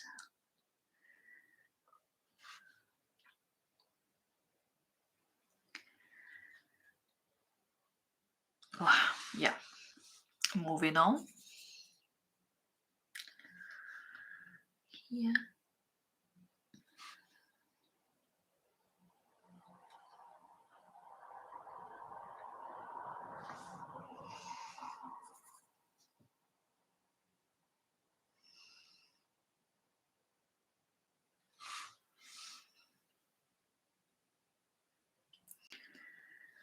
Like this.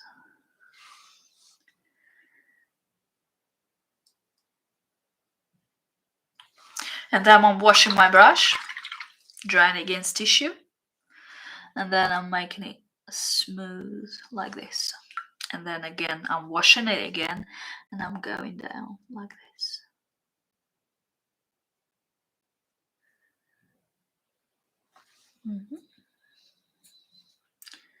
And I want it to be a little bit darker, so I'm getting more pigment. Again, I'm mixing Payne grain with Prussian Blue, and I'm just dropping it in a corner here and here, like this. Washing my brush and moving on here, and I'm drawing it, and then I'm blending it together, making it smooth, you see. And then here went out of control, so with my brush just adjusting it.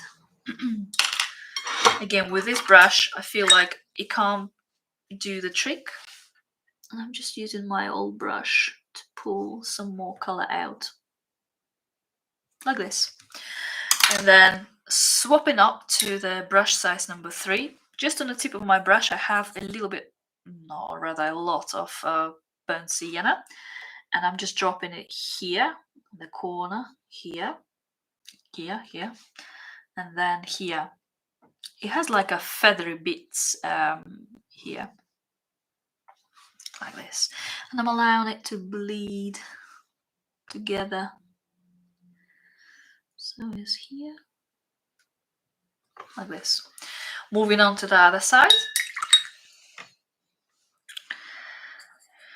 The same principle, so I'm outlining the shadow area.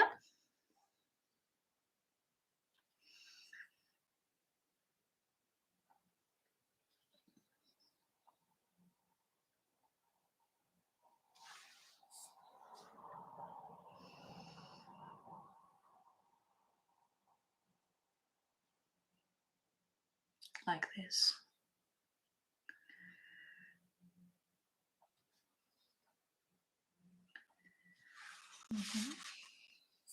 I'm leaving the paint to go slightly in. And then be careful here. I always do smudges, but here I'm just very careful how I place my wrist, so I don't make any smudges. So I'm outlining the shady area like this.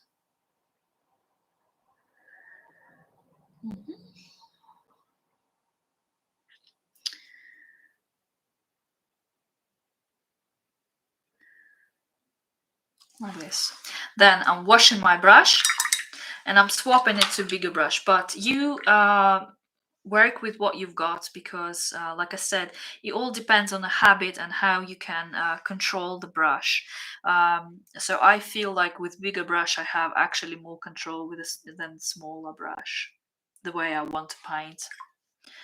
So as you can see here, there was a lot of paint, so I have to go back and wash it, and then I'm making it smooth like this. Yeah, so it's nice. And then going up and doing the same here.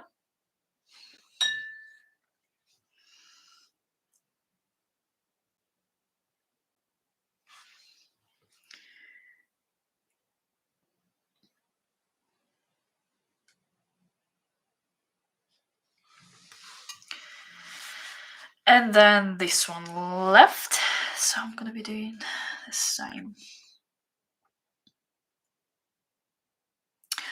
I actually have to be honest with you guys, I never really thought that I could do what I do right now, because I am not very insecure, but I'd rather not do videos and tutorials and everything. But recently, because I was so scared of it, I tried it and I actually start to like it, and I'm not so scared anymore, or feeling that I can't do it. I can do it. It's just a lot of practice and adjustments and things you need to consider. So yeah, if you asked me a couple of years ago, would you do tutorials, would you do live streams, would you talk on with audience, I would say definitely no, it's not me. But here I am doing it, and I find it yeah, quite amusing. So, and I'm just going to be dropping burnt sienna as well to these.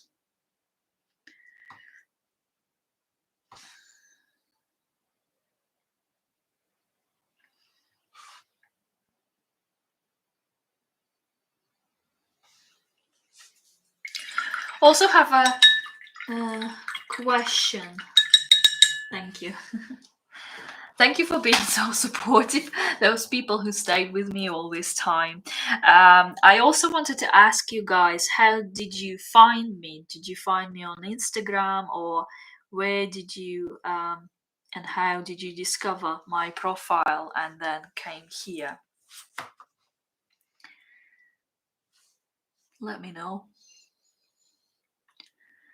So you see, I love the combination of Prussian Blue and burnt sienna, and on this Beetle it works beautifully, beautifully. Right, so swapping to the different size brush, because I want to paint shadows here. I'm sorry if I'm blocking it for you, because otherwise I will be doing smudges, or I can do this. This is what I normally do. I swap and turn my painting quite a lot. It's just difficult sometimes to look at the reference to make these adjustments.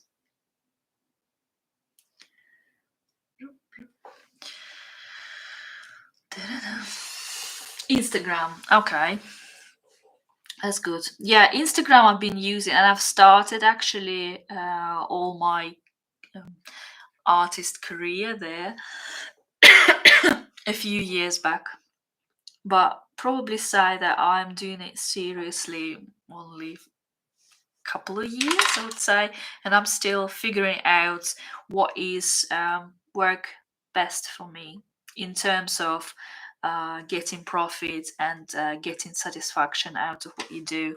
Because I'm sort of, if you follow me, you know that I moving away from having only one revenue. For example, like I had main revenue I had on Etsy, but I don't enjoy it anymore. And I like having a few very good quality products where you thought about everything, and you 100% satisfied with this. And I'm meaning this in a way that I used to work as a graphic designer, and I know how to prepare all the files, everything, how to get a good product.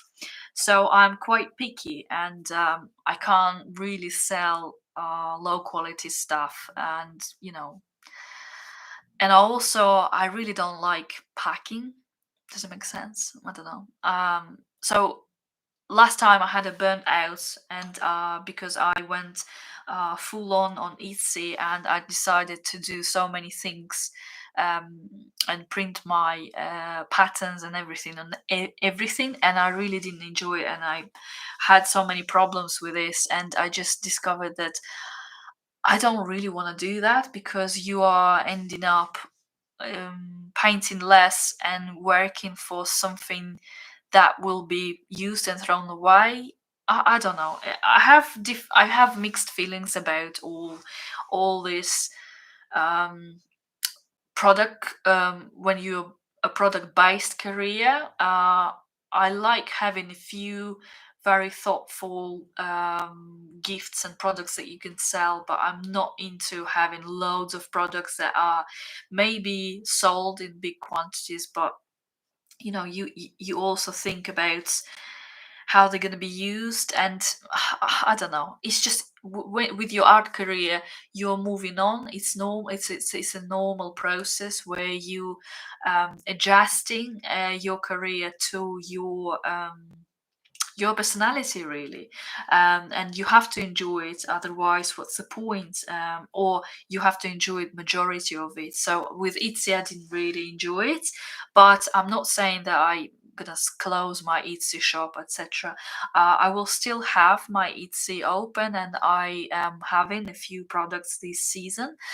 So it will be two calendars. One is already for sale, and I'm waiting for another one. It will be with butterflies that I've painted this year. Um, and also Christmas postcards. I really enjoyed making them, and they are in the process, but probably will be uploaded next week or so. And if I have time, maybe I will do wrapping paper, but probably that's it. I really don't want to overstretch it, and I'm getting rid of my stickers. That's how I originally started on Etsy, and I had a great success. And then calendars, I had amazing success with them, but then it didn't really work for me in the long run, and it's only seasonal. Yeah. So I'm just looking at your questions.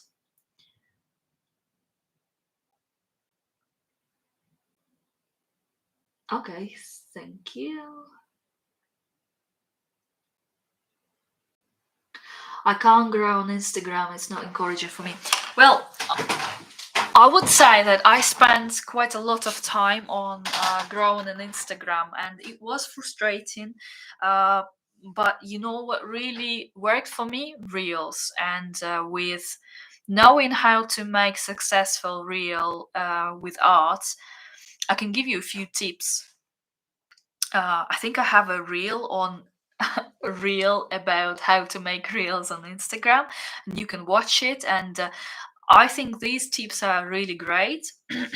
For example, how important the light is for making, how you are making a composition, how you're using some other effects. So you can watch that reel after. Um, and for me, I really grew on reels, and I love making them. And I think it's a great tool. It's free tool, and uh, I think it's amazing tool to grow, and it allows you to grow very fast. So if you are have any questions how to make reels, or what you have, what struggles do you have with making those reels, just let me know, and I'll try to answer it more, specifically what exactly you don't like about growing an Instagram. I think nowadays is very hard, but it's still possible if you are consistent, if you pick one, let's say, subject or niche. For example, for me it's definitely painting insects rather than florals. However, I do enjoy painting all the botanicals or all sorts, but insects is definitely my niche on Instagram, let's say. And you can grow your audience if you pick one area and work on it really well. uh, I need to get energy out of it now. Drain things.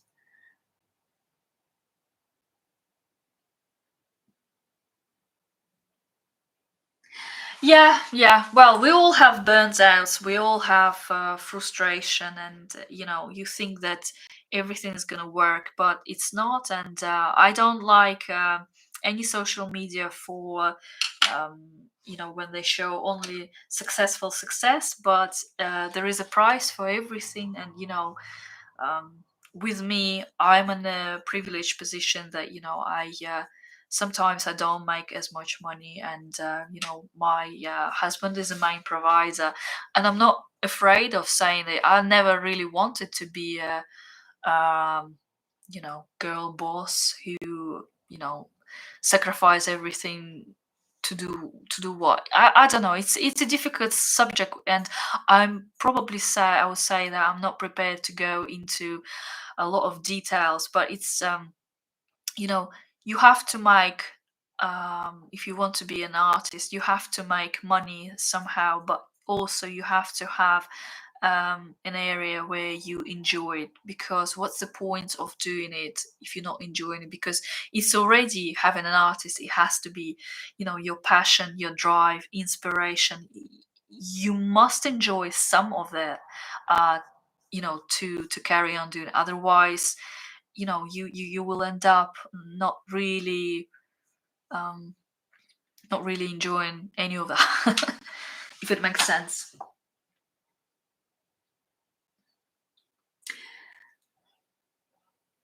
I made several reels, but they just don't be watched, even on YouTube. YouTube decided how to it's not prompted. It's frustrating. I understand. I understand you very well, and I will say this to you. It took me years to grow in Instagram.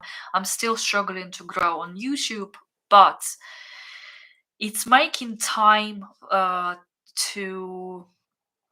to promote yourself. It's making time to take these videos, and they're very time consuming, because you have to be doing so many things apart from drawing. You have to be film it from every other angle. If you're doing for YouTube, you need to film it horizontally if you're using your phone. If you're doing reels, you need to think that you are filming it in a vertical position. You need to think what cover pages you're gonna use. Are you gonna do this? You're gonna do that. So it's a lot of thinking how you want to do it, and it's really, really time consuming growing on Instagram. However, if you enjoy it, just carry on. Just don't wait. Some people, and it's very frustrating. I understand some people, they who really want to grow on Instagram, they are so desperate and they are so frustrated because they put a lot of what's the word they want a quick result, or they want so much of something to happen that they actually become really frustrated because of that. However, if you make it real and just make it how you like it, how you would consider it to be beautiful, and just stay consistent, upload it, if even nobody's watching, over the time you will find that audience will find you. And I'm saying this because I started Instagram probably, well, years ago, but I really start pushing I'd say 4 years ago, and I started with challenges. So when you paint every subject every day, so I was painting flowers every day for 100 days. It did give me a chance to get some followers, but then later the growth was staying for years, like about 20,000 something. But I wasn't pushing for it a lot, because you can see that it just depends what do you want. If you want to just have, if you want to be a content creator and then earn your money as a brand, then yes, you need to concentrate on only having content and constantly producing content. But I can point out there's so many artists who make their revenues from Instagram, and who have a couple of thousands of followers, but they do have a lot of work outside. It's just where they put their time to. So they're not using it this time on Instagram Instagram. They just, using it to find their clients in different ways. So it depends what you want.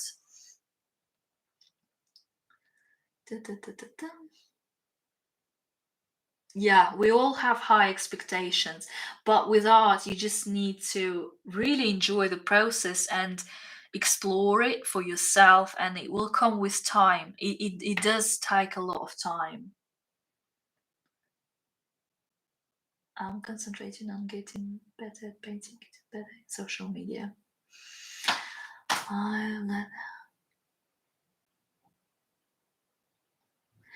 Yeah, sure, but on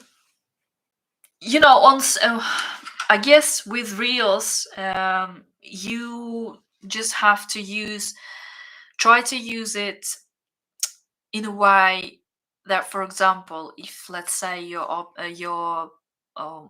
painting beetles, yeah, try to create every week but a good reel of how you paint beetle. Even if it's not perfect, try to film it from different angles, use natural light, paint in front of the window where you have a lot of light, then try to um, mm, use good music. How to find good music and what's trending. There are loads of programs that you can look at what's trending, but also if you just press reels and just stop scrolling, you will see the trend of what's trending on particular day, and you can apply it to your reel. Also use a few hashtags. Well, I would say 5 hashtags is enough. I sometimes use more, but it doesn't really matter. I don't think that hashtags are working right now. What else? I'm just trying to think of what else I would be using.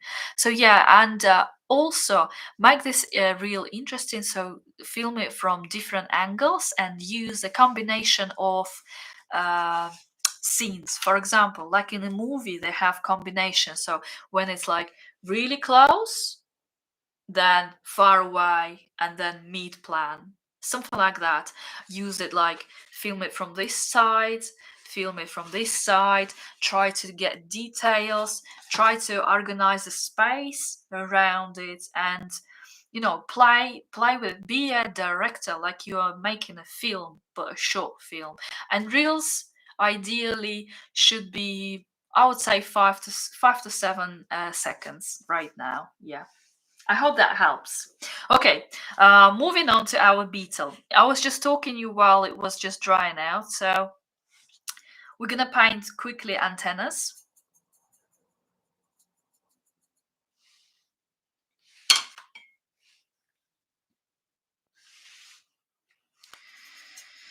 I'm using burnt sienna right now, and I'm gonna outline all the, like, to paint circles on my beetle like this. So I'm just outlining for myself all the parts of the antennas, and they're round,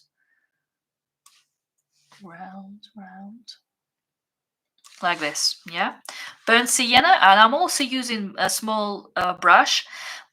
This is a brush from Pro Arte, size 20. It's quite a thin brush, but I already need to buy a new one because this one is getting worn out.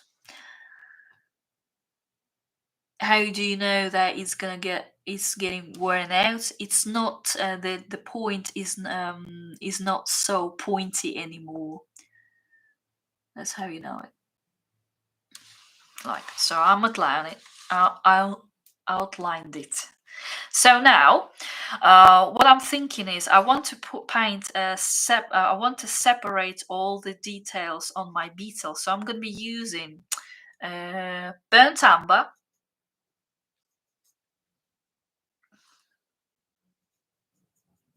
like this, burnt umber.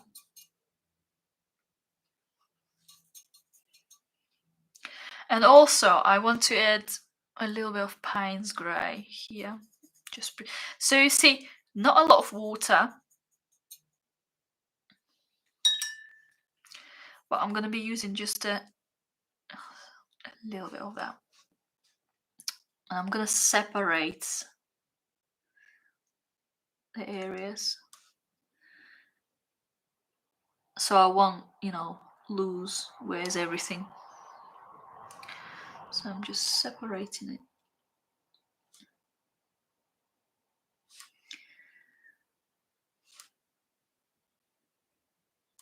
like this. Whoop. Like this. That's just more for me, and I'm not using a lot of, it's not very concentrated, and I'm just adjusting it like this. So now I know where's everything. So it's time to paint the darker part on our beetle. If you look at it, it's quite dark in the middle, in the middle of the beetle. And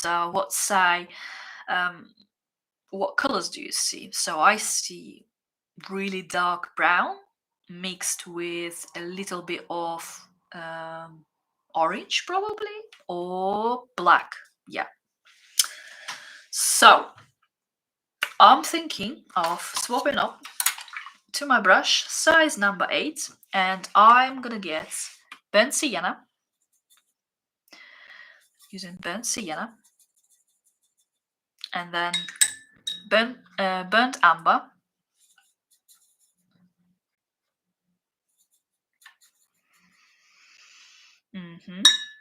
and then I will be using Payne's grey. You can see it's very dark but earthy color. You can use a little bit more of burnt umber. So sort of like this color. Let's test it on a paper.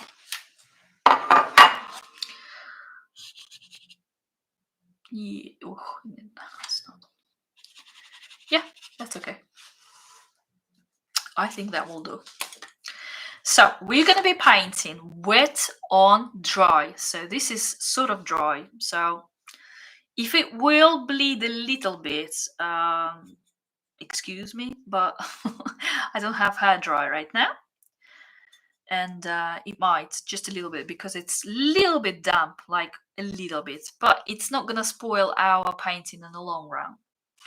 So what I'm going to be doing, I'm going to be making vertical lines all the way across in a shade, in this dark area of the beetle, so it's sort of in the middle, and I'm constantly looking at my picture, so I am just moving like this. You can see not very, shy about using bold color. So here I'm just applying it like this. And here, as I'm going down, I'm just moving on, not to the, so I'm not applying like middle part of the brush, sort of tip of the brush to make ends pointy, a little bit pointy. It creates nice contrast right now, and then I'm stepping and I'm leaving some space here in between, so like this.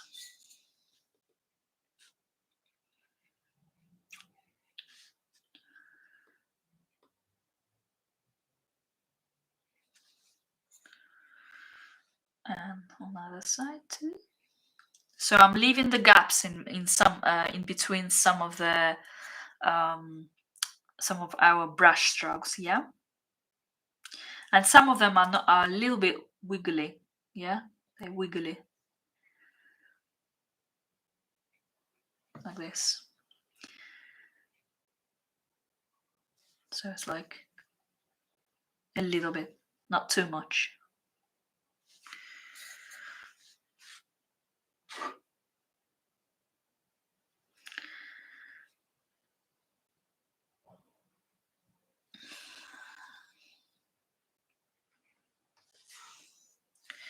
A little bit more of burnt umber with Payne's grey together.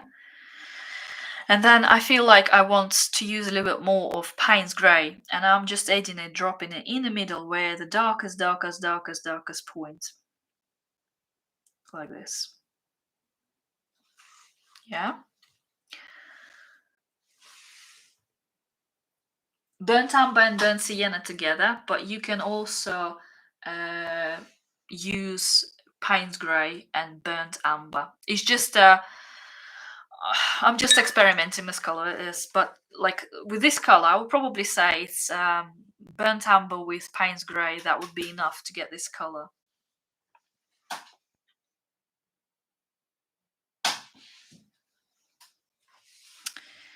So, and then I'm moving on to the this part.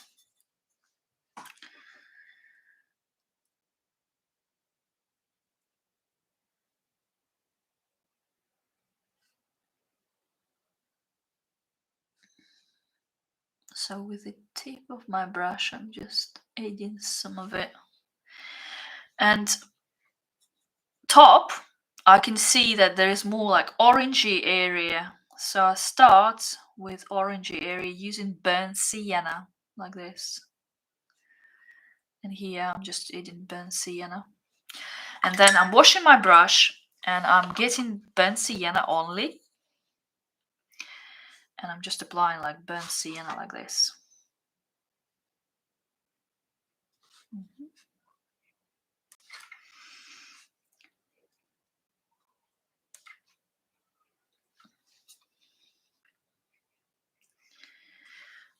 Don't worry if they bleed with one another. It's alright.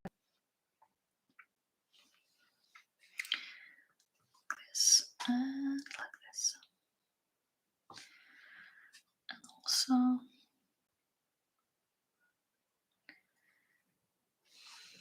And then I'm washing my brush.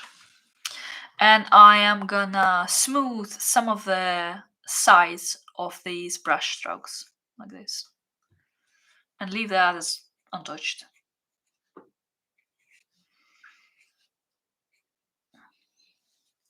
The same here.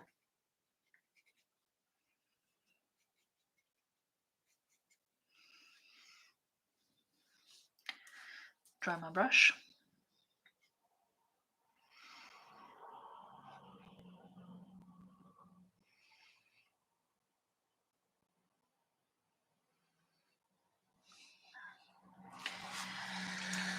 Like this.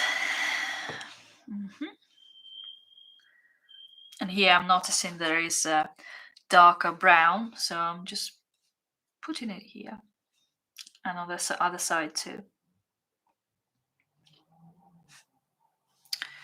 Yeah, so at the same time I'm going to be using the same color combination of burnt umber and Payne's Grey, and I'm just going to outline eyes of our beetle in a circle, and I left the middle untouched. I'm just whiting, yeah, like this. Then I'm going to wash my brush. You asking if I'm going to use gouache for that beetle? Actually, no, I'm not going to for this one. It's only going to be watercolor. I probably would have said this before if I'm going to be using mixed media. So then with my clean brush, like I explained to you before, I washed my brush, I dried it against the tissue, and then I'm smoothing all the layers. And then I'm feeling that in the middle there is too much paint, so I wash my brush again, I dried against tissue, and I'm just again just a little bit lifting that color. So what it creates a nice round eye that has shape. So it's sort of, you can see that it's not flat, is it? Excuse me. So yeah, like this. So we have a darker outlines, but it's sort of gradient that going outward from the edges in, and it's getting lighter in the center. So next, I'm just fixing some of the mess I've made. Next, we are going to paint all these parts. Yeah, because this area, while it's still dry, before we move on, we're gonna fix that. So for this, I'm gonna be using Payne's Grey and Prussian Blue. You can see it's very concentrated, yeah? So what I'm going to be doing, the same, but I apply it very generously. So here, like this. It's very dark, yeah? So I'm painting like this. And I'm moving on, and I'm just with my brush outlining some of the lines and going like this.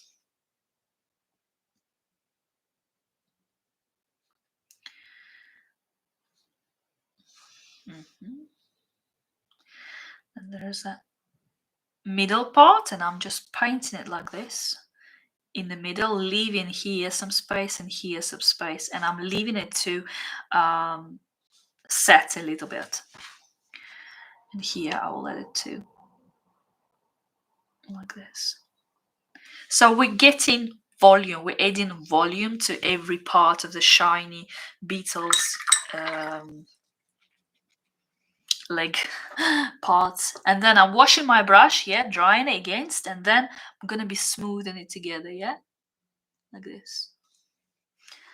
And then I'm repeating the process until I feel that it's smooth enough. I'm gonna leave this for a little bit longer, and I'm moving on together here.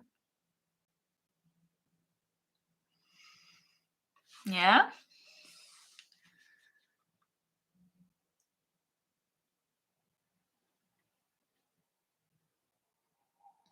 Yeah, that's okay. Like I said, this live stream is quite long.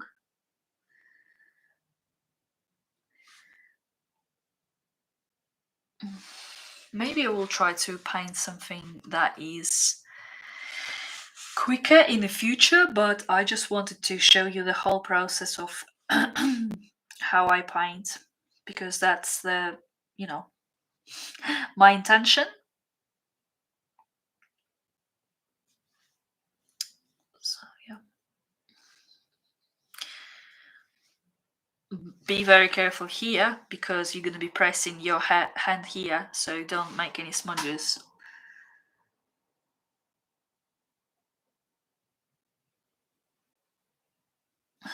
And then I probably will turn it like this. But then it's harder, so you have to turn your reference picture as well to understand where is shadow coming from. That's just a tip.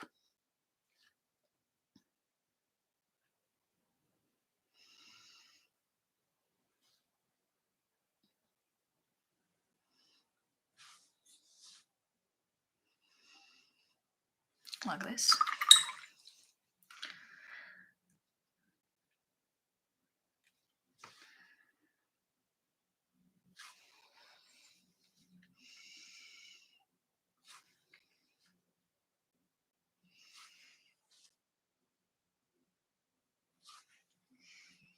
And then I'm doing the same. I'm just smoothing it together, yeah, with a washed and dried brush.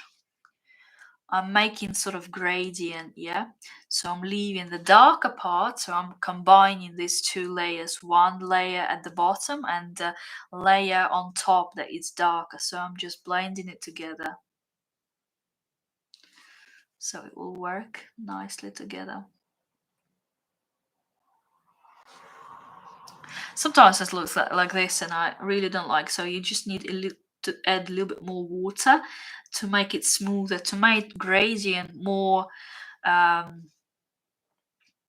looking really, nice, so it won't have an edge, so it will be like gradual color change, not a very sudden change of color.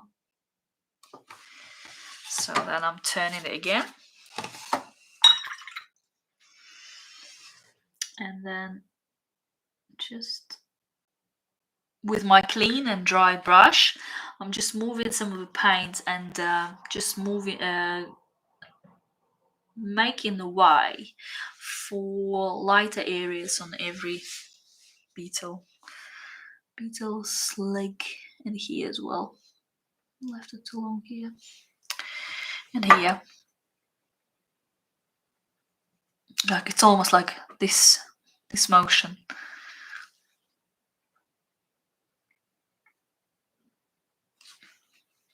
And then I'm moving it from where the light's coming to the shadow area like this. See? But then I'm cleaning it and then washing it and then doing it again like this. So, what's next? I also gonna now work with antennas, and I'm gonna be using my brush size number 20, and I'm gonna be doing some other outlines on my antennas like this, using burnt umber. Sorry, I forgot to say that.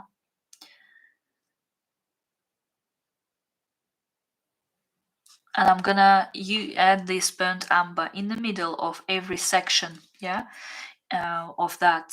You know that it consists of sort of circles if you divide it into sections. So I'm applying it to the middle section, yeah, like this. Middle section.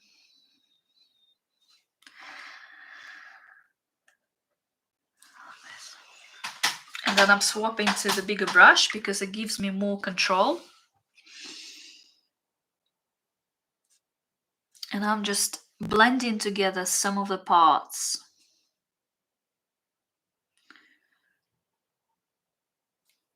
Like this. And I'm just going to leave it for a little bit, and then I'm moving on to these parts of the beetles. And while our beetle is still drying out, I'm making like outlines with a brush size number 20, and I am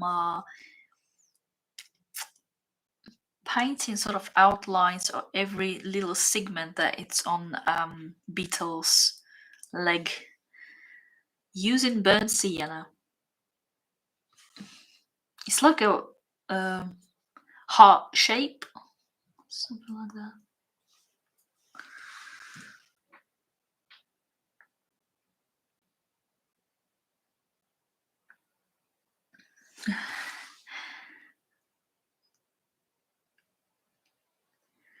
Yeah, sorry if it's too fast. Sometimes, you know, I try.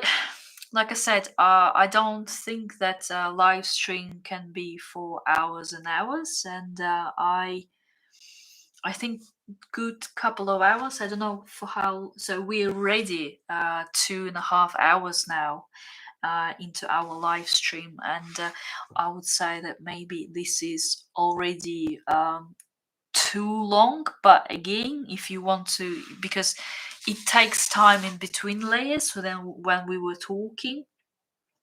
But yeah, for new people it's sometimes harder, and I get that. And yeah, I'm sorry if it went faster for you. So I'm here with my brush size number 2. I'm just adding some more details in between. Like this. Burnt sienna I'm using.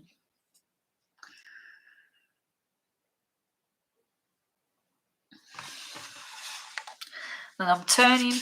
Again, I'm just doing it because it's more comfortable for me to work this way, but do what's best for you.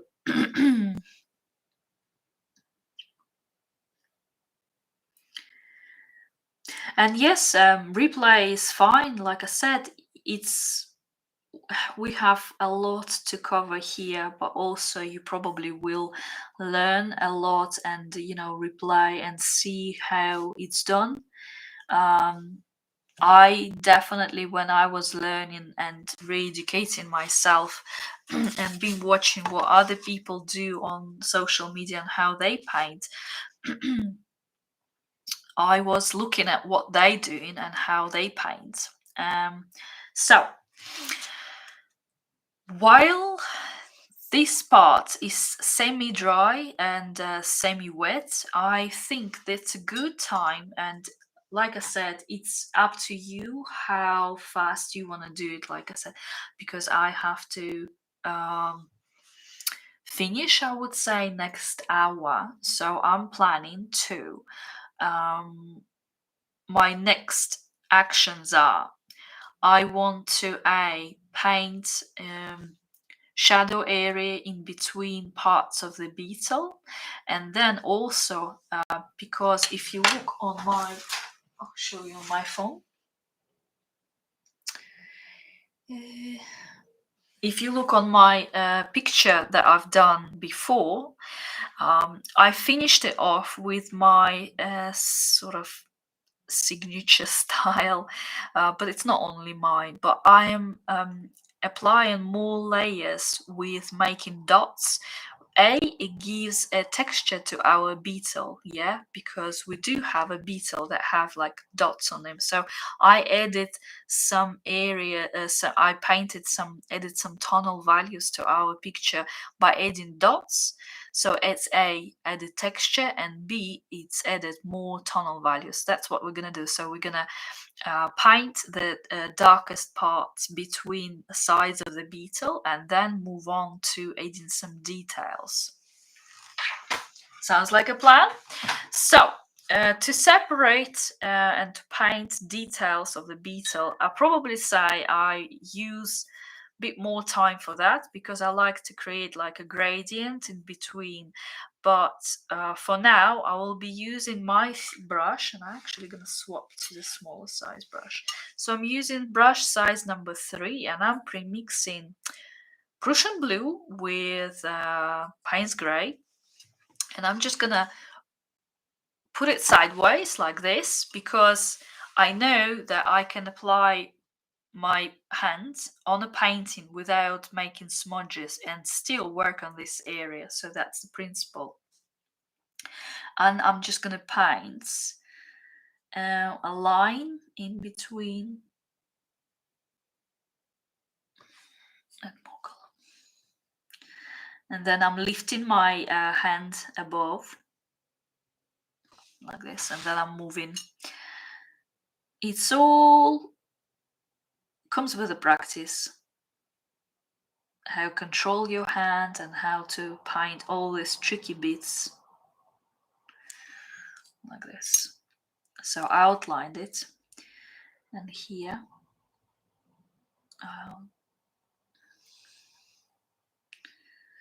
and then I'm washing my brush, drying it out, and I'm swapping to the bigger size in my case, but you can use the same brush like this. Again, washing it again, and then outlining, and then adding water here, making it smooth. And then here we will be adding water here, maybe too much water, like this. Here I'm washing my brush, drying it a little bit, but still it's very watery because I want nice gradient. I'm just watering the rest of our beetle, the rest of that part, and here as well. And then I'm dumping more Prussian Blue here, just like that. On the sides as well.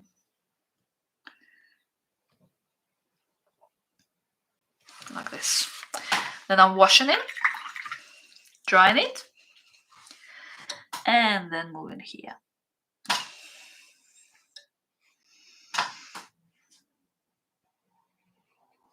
Like this.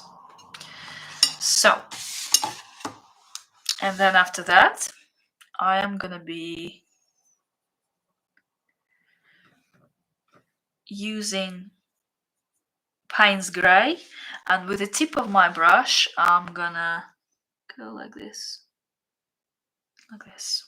separating Beetle into two parts. Then washing my brush,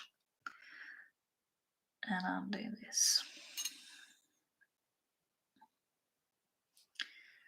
like this. Yeah.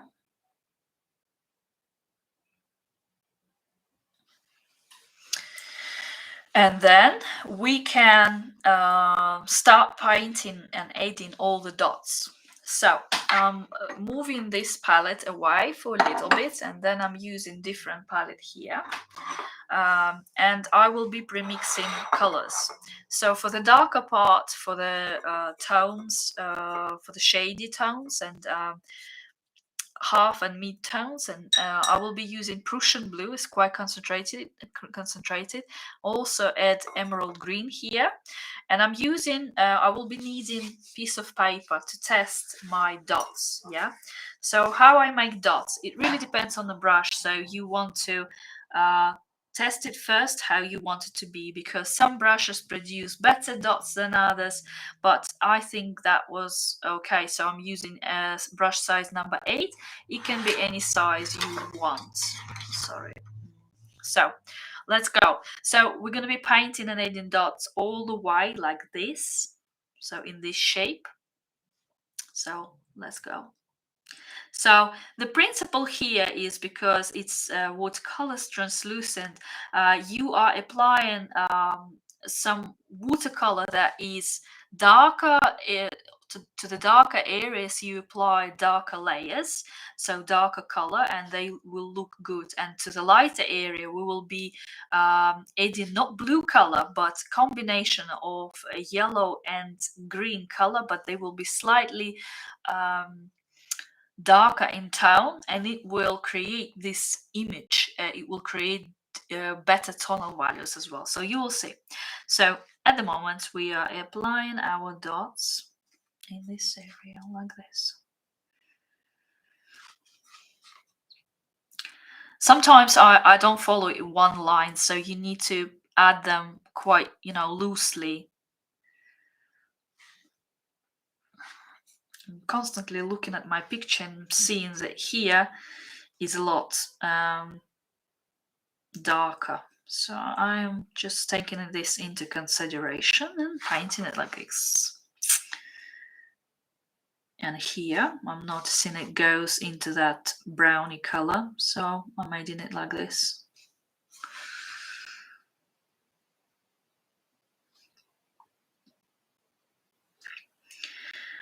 Not all of the dots are in a round shape, is it? So if you look at it, it's not the case.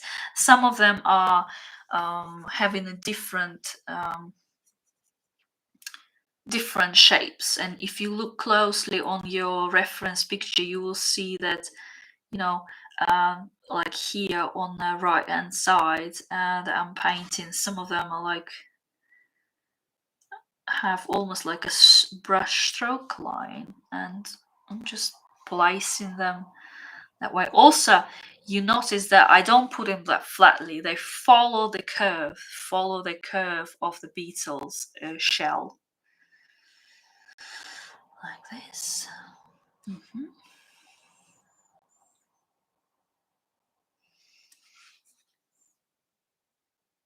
Mm-hmm. And then like this.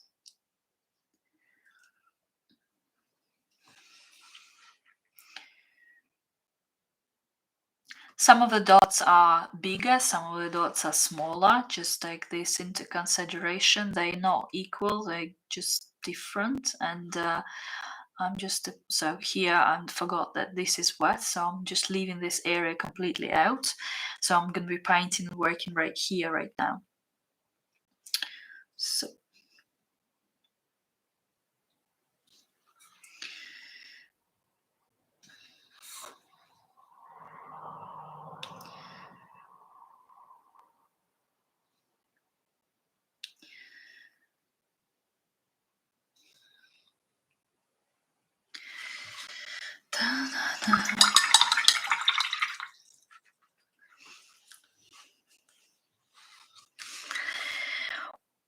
Once I apply this dark blue color, I'm thinking of moving into this area, and what I want to add is more orangey color. So for this purpose, I'm using burnt sienna, but I will be diluting it with a little bit of yellow color as well to get this like really warm mixture. And I will be painting just some parts of my beetle, just adding it like this.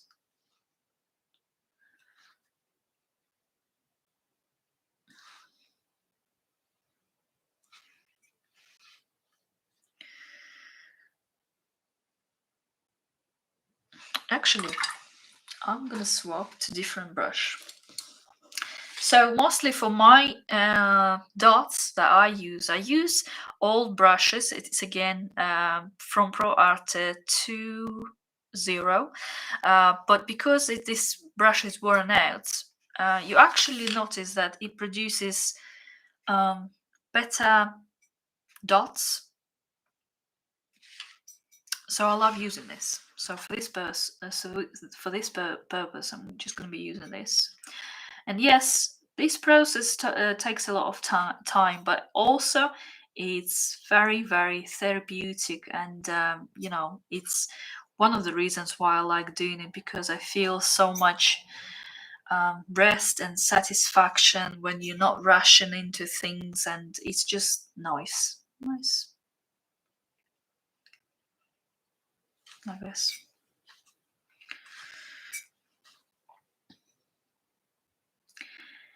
I probably a little bit Russian, because I again forgot that I just actually it might work, because it has all the orangey bits that on our beetles. So light, very light bleeds that I'm gonna be adding to our beetle. It works. So with the technique that I'm working, actually, it's very time consuming, but it's very rewarding, and you feel that you are having so much rest. So, but here, because I can understand that for some people it might be a little bit frustrating in the way that, every time we want everything quite quick. However, it takes a lot of time to figure it out, and I never painted a really good, what I would call a masterpiece quick, because that's the point of it, that you spend so much time, so much attention to every single detail, and then you're feeling so proud that you've done it. So yeah, enough of orange bits for a little bit. So I'm gonna be adding now, and I'm gonna be using brush to premix that is bigger in size. So I'm gonna be using Sap Green, so green color, and just a little bit of Cadmium Yellow to get nice olive color. And also with the same brush, I'm going to be using this, what I've got here of Prussian Blue, and using more of the emerald green to add to our picture. It's just I will have two combination. I will be adding them together, but not mixing them together, just simultaneously. So this olive combination, I'll be just applying like this on the half tone area, like this.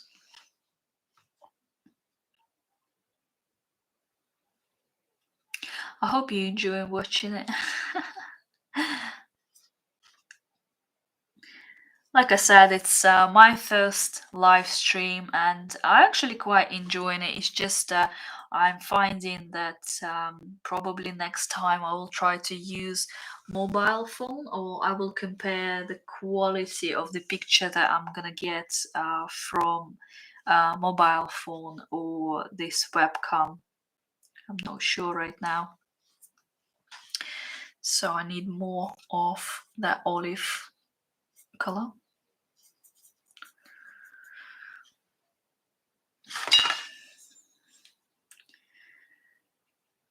So I'm applying this olive color to the area where it's, you know, it's slightly lighter but the same tone. And what I do usually to produce better quality dots, I turn my painting quite often like this.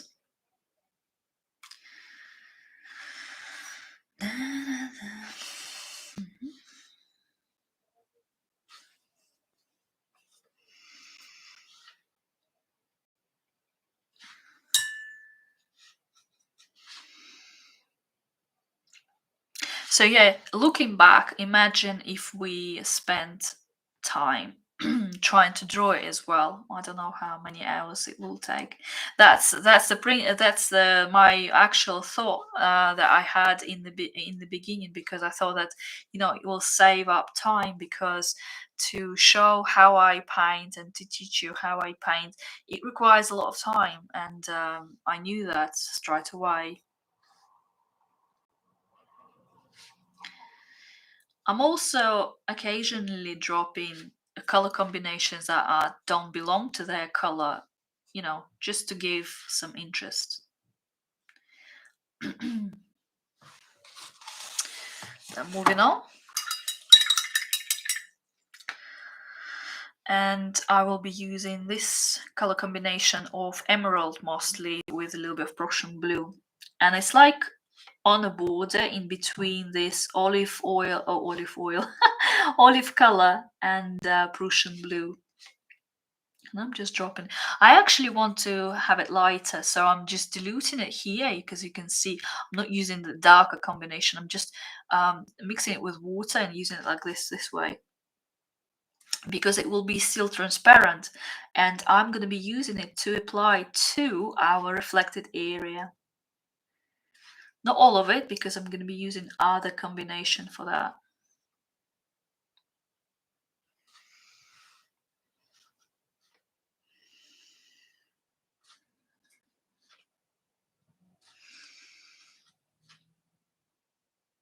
Like this.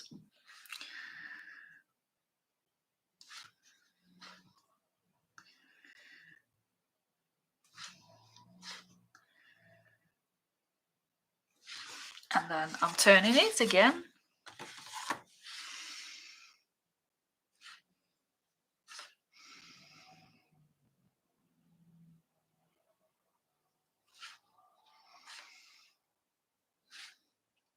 As you can see, so I'm adding more tonal values to my Beetle using these dots in this case.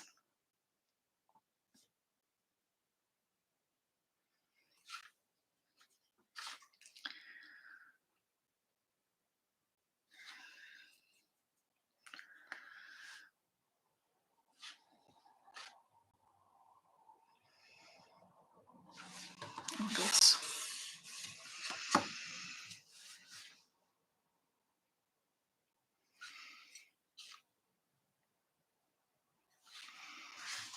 Yeah.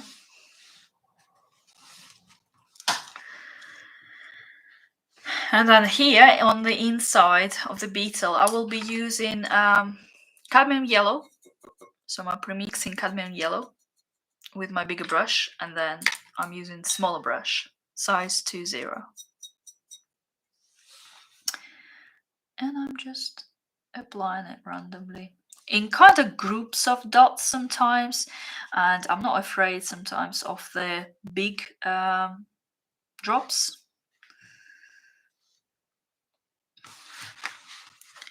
Kind of yellowy color now. So it's kind of transparent when you go to the highlights. It's very diluted combination, and then if you go far away, close to the green color, it's you use more color. That's the principle that I'm going to be using.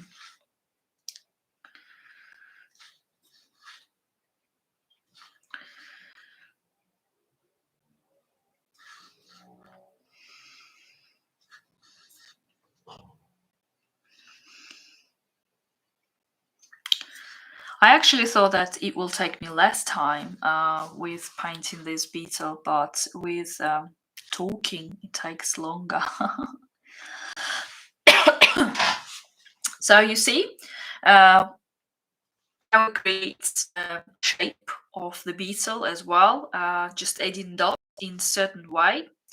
And this is still wet. So I'm applying just a little bit more. I'm actually gonna move on and use a bigger brush here. And I'm using only Sap Green.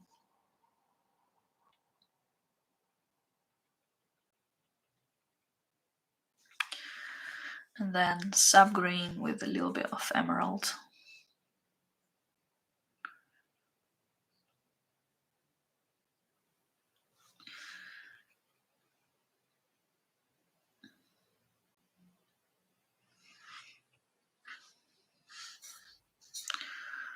Like this.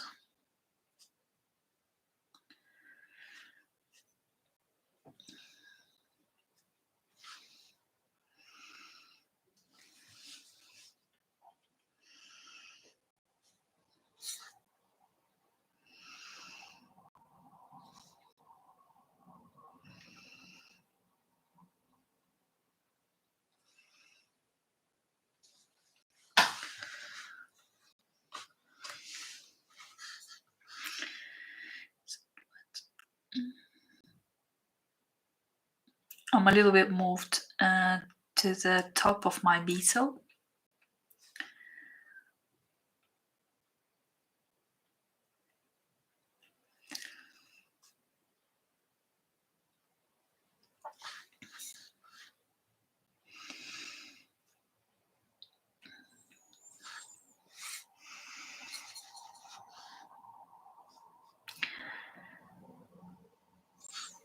By the way, I was thinking of what we could paint next week, let's say, and I will try to sort out the camera and how everything works. And I would probably say maybe we can work on some mushrooms or toadstools or leaves or pumpkins. If you want to paint them, just let me know in the comments.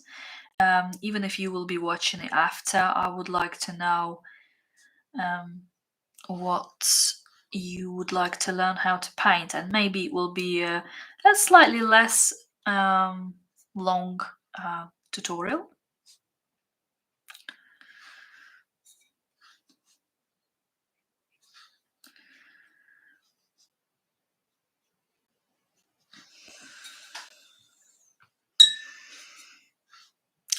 Just adding a little bit vertical lines using some emerald just to join together some parts of my beetle like this.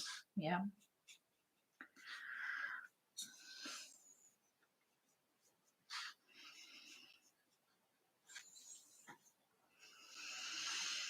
And then leaving some dots.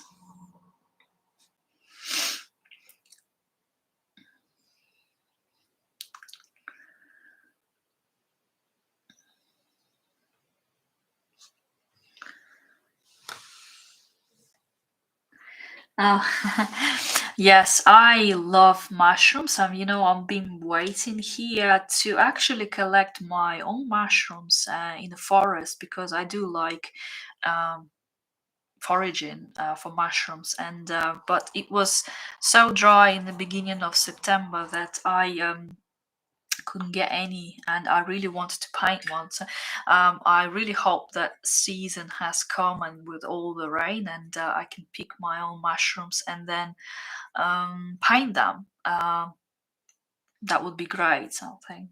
So here I'm using burnt umber, and because I know this area is dry right now, I'm just placing dots here and also here. It's all to understanding which area you can work and understanding what effects you're going for. So ideally in between layers, if you want to be very careful, you need to dry them thoroughly, and then after that you moving on. Like this area is still wet a little bit because I've used so much color, but then I'm using only Payne's Grey, and then I'm just going over some of the parts of the dark shadow on Beetle shell. Again, I probably would say that I would work a little bit slower if it wasn't live stream. So it normally would take me a little bit more time. But here I just want to show you all the parts and parts of the process, and I'm just showing you how I do it and the ways you can do it. Here slightly wet where I'm painting, but it's okay. It's I would say it's even damp, so your color won't go so far, so it won't create unnecessary effect. It will be in control, so it will grow just in a little bit. More burnt umber.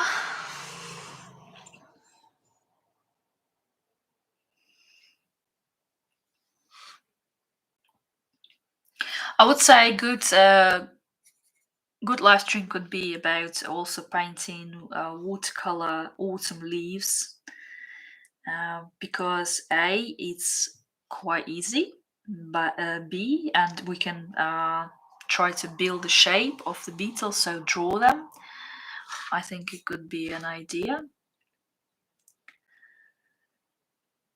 So it all will depend on the mushrooms.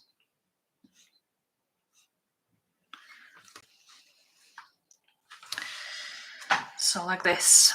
And normally what I will do, I will do 3 or 4 different applications of these small dots and see how they work together. And like I've mentioned to you before, here for example, when I was painting that pair, some of the effects you see that some of the dots are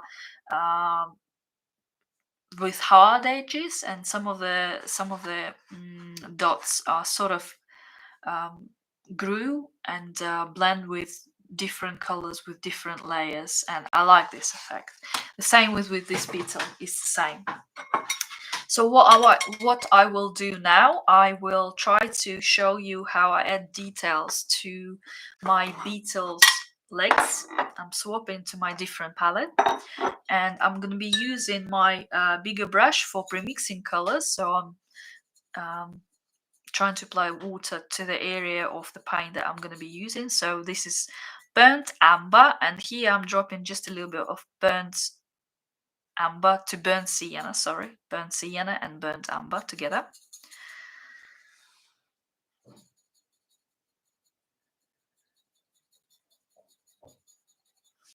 Like this. So what I usually add, and sorry, forgot to mention, so I'll be having 2 combination, and then second combination it will be Prussian Blue with a little of emerald green.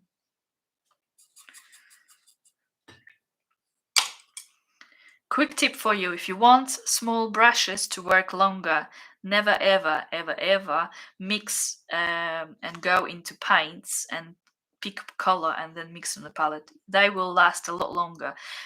If you will be doing this, these small brushes with pointy heads won't last long.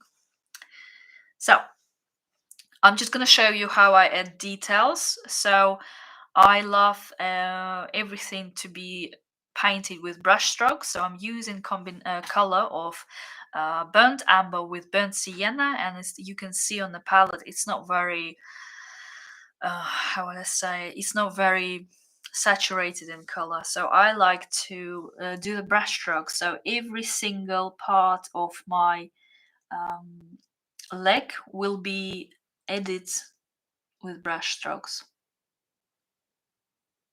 like this. So I'm adding burnt sienna first, and as you can see, I'm leaving some parts of the highlights untouched, and then I'm moving on to burnt sienna, and I'm also adding a little bit of Payne's grey. So I want it to be dark. I want to cover these areas, so I'm going slightly over again. With this color I'm also adding tonal values, so you see that it's getting darker, yeah, like this, and then going up.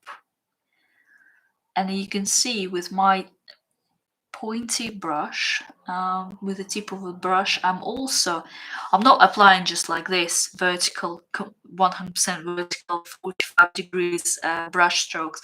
They are repeating the curve, they're repeating the shape of my object, like here. Let's go here, like this, and then oh, congratulations, it's 3 hours. Oh my god. I didn't know that it will take so much time, but guys, I'm really enjoying it, and I hope you did learn something new here. So as you can see, with my pointy brush, with just the tip of the point, I'm just making those brush strokes that are repeating the shape, the curve of my leg. Here I'm just adding a little bit more of burnt sienna. And what I also wanted to show you is how to get the right consistency of paint on your Beetle. Whenever you do your brush strokes, it needs to be practiced a lot before you come to the really creating, not masterpieces, but before you need to practice, and it will come. I can guarantee you that. So whenever you trying to do the brush strokes, it's really about control of the water, control of the brush, and understanding how it works. For example, if I do this, so let's just watch. So I'm doing brush strokes only with the tip of my brush. As you can see, the more brush strokes I do, the lighter they get. So all the paint is disappearing, disappearing, disappearing, disappearing. So it's like a gradient. I don't know if you can see it or not. So very concentrated, going down. So what people make mistake with very often, they go into the palette, pick the pigment, and then they carry on. But here you already, especially if you painted, for example, an apple, yeah, and if you already laid all the brush strokes this way, yeah, so here's a darker, and here's your highlight, so it's like very very light, so you go next, and then you get the pigment, and then you start here, and you ended up with what? With loads of pigment, and it's not controlled. So what you need to do, you come here and you understand when to use and how to get rid of extra paint and extra water. So you use piece of paper. It will really help you to, for example, to get this right consistency. So where did you finish last? Okay, it was light. Okay, paint a little bit, and then okay, that's the right consistency. So I can apply it to my paper. That's a principle. Well, at least what I use. Like I said, everyone paints in a different way, and it's really what works best for you. And with your practice, you will notice that even if you repeat in tutorials and how people make different paintings, you will learn that some tricks they just don't work for you, and you don't like them, and you can't make them perfect, and you are struggling. So it's like your whole body doesn't want to do it. It's a part of going into terms of finding your own style. With time you will understand it, that some of the effects that you go in and some of the things that you like to add will become eventually your style.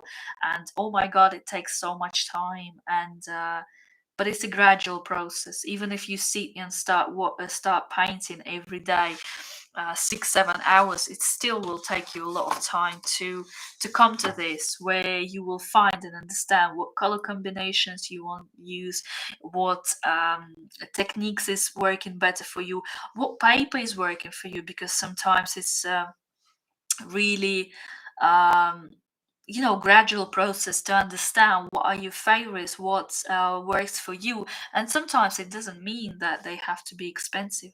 I mean, here I'm using Arches and I absolutely love this paper, but before that, for a long time, I was using quite cheap paper, and it's about your techniques, and it's about learning rather than expensive materials. And for example, for watercolor, you don't need a professional watercolor in the beginning at all.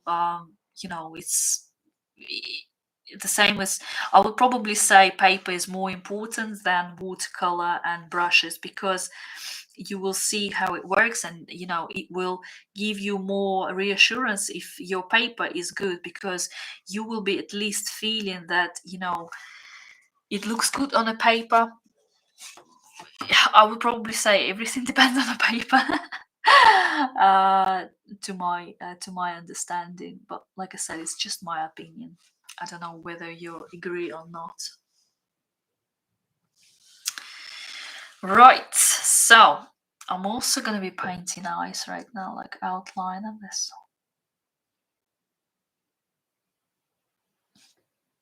like this.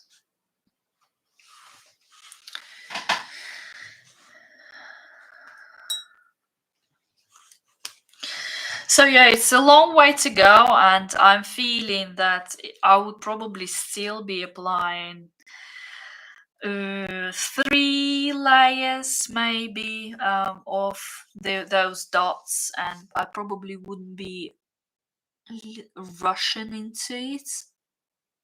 Like I said, everything just takes so much time. But I just wanted to share my knowledge and my understanding on how to reach some certain effect. And you might find that some of them are not traditional. For example, like using white gouache is not traditional for watercolor, starting with dark colors and not traditional with watercolors. However, I know botanical artists who do start with painting dark colors first, and then moving on to using lighter tones. And to be honest, I would say all depends on your experience. And I break rules. I always break rules with watercolor, and I can't see why not, because traditional watercolor is quite, even though it's beautiful, etc., but it's quite limited. So I find a lot of satisfaction into breaking rules, how I paint, and not following all the guidelines and tutorials, because what's the point? It's a passion. It needs to be. And watercolor itself has a lot of properties of being uncontrollable, unexpected. It has to be not calculated what colors combination to use. It's more to do with how you're feeling about it, how you expressing yourself, and what colors you prefer using, what subject are you painting, and how you feeling about them, what are they reminding you about. Because art is, and watercolor is mostly, how do I say it, nostalgic. um, and you bring a lot of memories into it, and it means so much to you. For example, I remember when I was selling some prints on Etsy, one lady approached me, and she said that you've got that moth, and I want to buy print, because it reminds me of the garden that my grandma used to have, and her garden was full of these moths. And this is one thing that I keep reminding myself, that any art is so nostalgic, and it has different meanings for different people. And it's so wonderful to um, to have this, that you can apply knowledge and at the same time bring emotions into people's hearts, to so they will feel that they want to have a picture or they want to have something that reminds them of good times. I think it's wonderful. So I'm just looking at your question. I'm using Fabriana. Yeah, Fabriana, I love. Yeah. Yes, and you write um sticker purple. I'm sorry if I pronounced it wrong. Yes, the whole process, creative process, is all about experimenting, trying, discovering you. I think it's all about you in the end, I guess.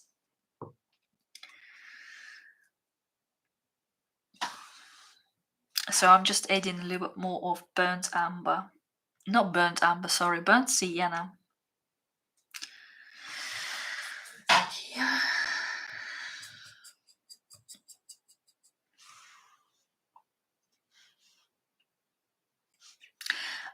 Just a question. Um, so, how many of you been to the art school, and how many of you have had interest in painting when they were children? I heard one saying that we came from our childhood, and all our passions and all our desires are actually coming to us from our childhood, all our interests. I remember that I didn't really have any hobbies or anything when I was a child, and I really loved animals and I really loved all the nature around me. And when I was 10, I came to my mom and I said I want to go to art school. All my sisters and brothers, they used to go to like different hobbies like dances, playing music instruments, but me never. But at 10 years old, I knew exactly what I want to do. And then with time, you just forget and focus on something else because society, I guess, put a lot of pressure into, and yeah, social norms. um, they have a lot of pressure on us where how we make our decisions, how we think. Are we be able to express ourselves and earn some money? And in majority of cases, it's very hard to see how it can become successful, I guess.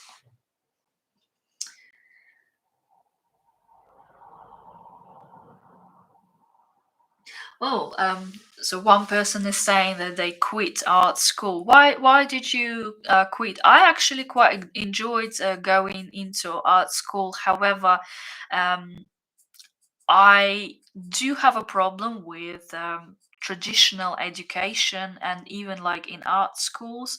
I think where I came from, we have education that is very good. And I'm from Russia, by the way, and I'm living in the UK for the last 10 years.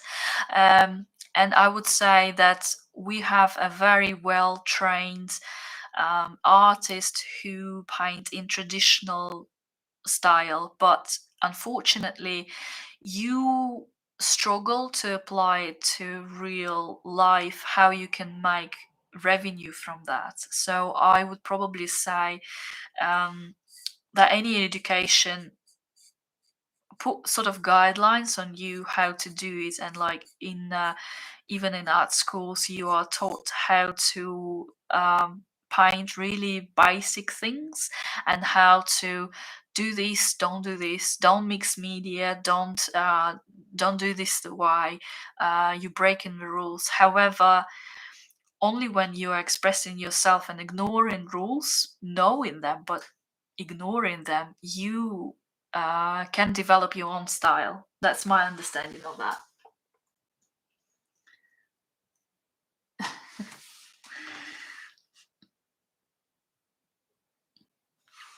So at the moment, I'm applying a little bit more of burnt amber.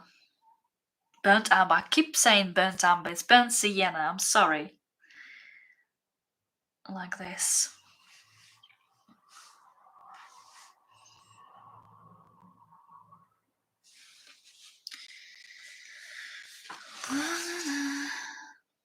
So as you can see, guys, so I'll probably say that my Beetle is almost finished because I can spend probably another hour tidying all up. So I'll be fixing all the outline areas with vertical brush strokes and probably adding a few more tones here to sort of create a better contrast in between. Sorry, now sun is on the side and unfortunately I will have to go soon because, like I said, I can't paint with the sun on. But as you can see, now we created a Beetle, and we are, if you squint your eyes, you can still see the main tonal values and darker areas. So it's sort of, if you squint it, it's probably need to be dark in these areas, yeah, and probably here I would say a few more layers, but overall we have a nice balanced tonal values on our Beetle, and we have highlights and we have color, and we also added a little bit of details which adds more interest to our Beetle. Like I said to you before, that with these dots you can use these dots to create a texture, but at the same time you hidden a lot more interest. And with my picture that I've done before, let me show you. It's a little bit, I don't know, can you see it? It's a little bit different because I use quite a lot of different shades of one color. So as you can see here, burnt sienna, here's a concentrated burnt sienna, but here is a lot lighter burnt sienna, but just it will take me more time to fill all the gaps. So everything will be filled with those dots and it will bring this final effect. But yeah, that's the main idea. I'm just looking. It's a combination of teachers in modern art style. Oh, okay.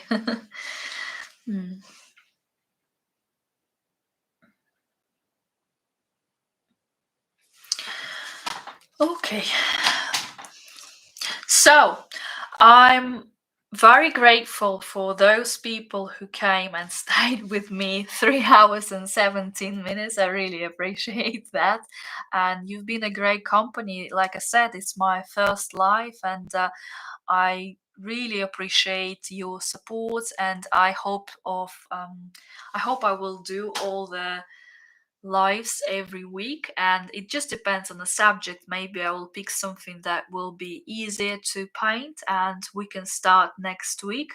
I will also put a questionnaire on my Instagram. If you follow me on Instagram, please do. You can put your voice against what you want to learn about, and we will have a tutorial on that one, having a live stream. I'm also here, I'm going to mention that I also have my main YouTube account, and I will be doing some more videos and adding there. I also have Patreon and Instagram, so if you don't follow me there, all the links are going to be in the description. And also, if you're not subscribed to my channel, please do, and you will be notified when next tutorial and next live stream is coming. Yeah, but for now I am saying thank you very much to everyone who joined me, and I will see you guys next time. And also, if you want to complete this Beetle tutorial with me, please share all the pictures on Instagram, let's say, and yeah, tag me and I will have a look. Yeah, so thank you so much. I'm just gonna be moving my brushes to switch on. I hope it helped you to understand some new things, or just, just learn something different of different people, because every teacher, every person who paints do it in a different ways, and some things might not work for you, but some things you will find very educational, I guess. So yeah, thank you so much, guys. I'll see you next time. Bye.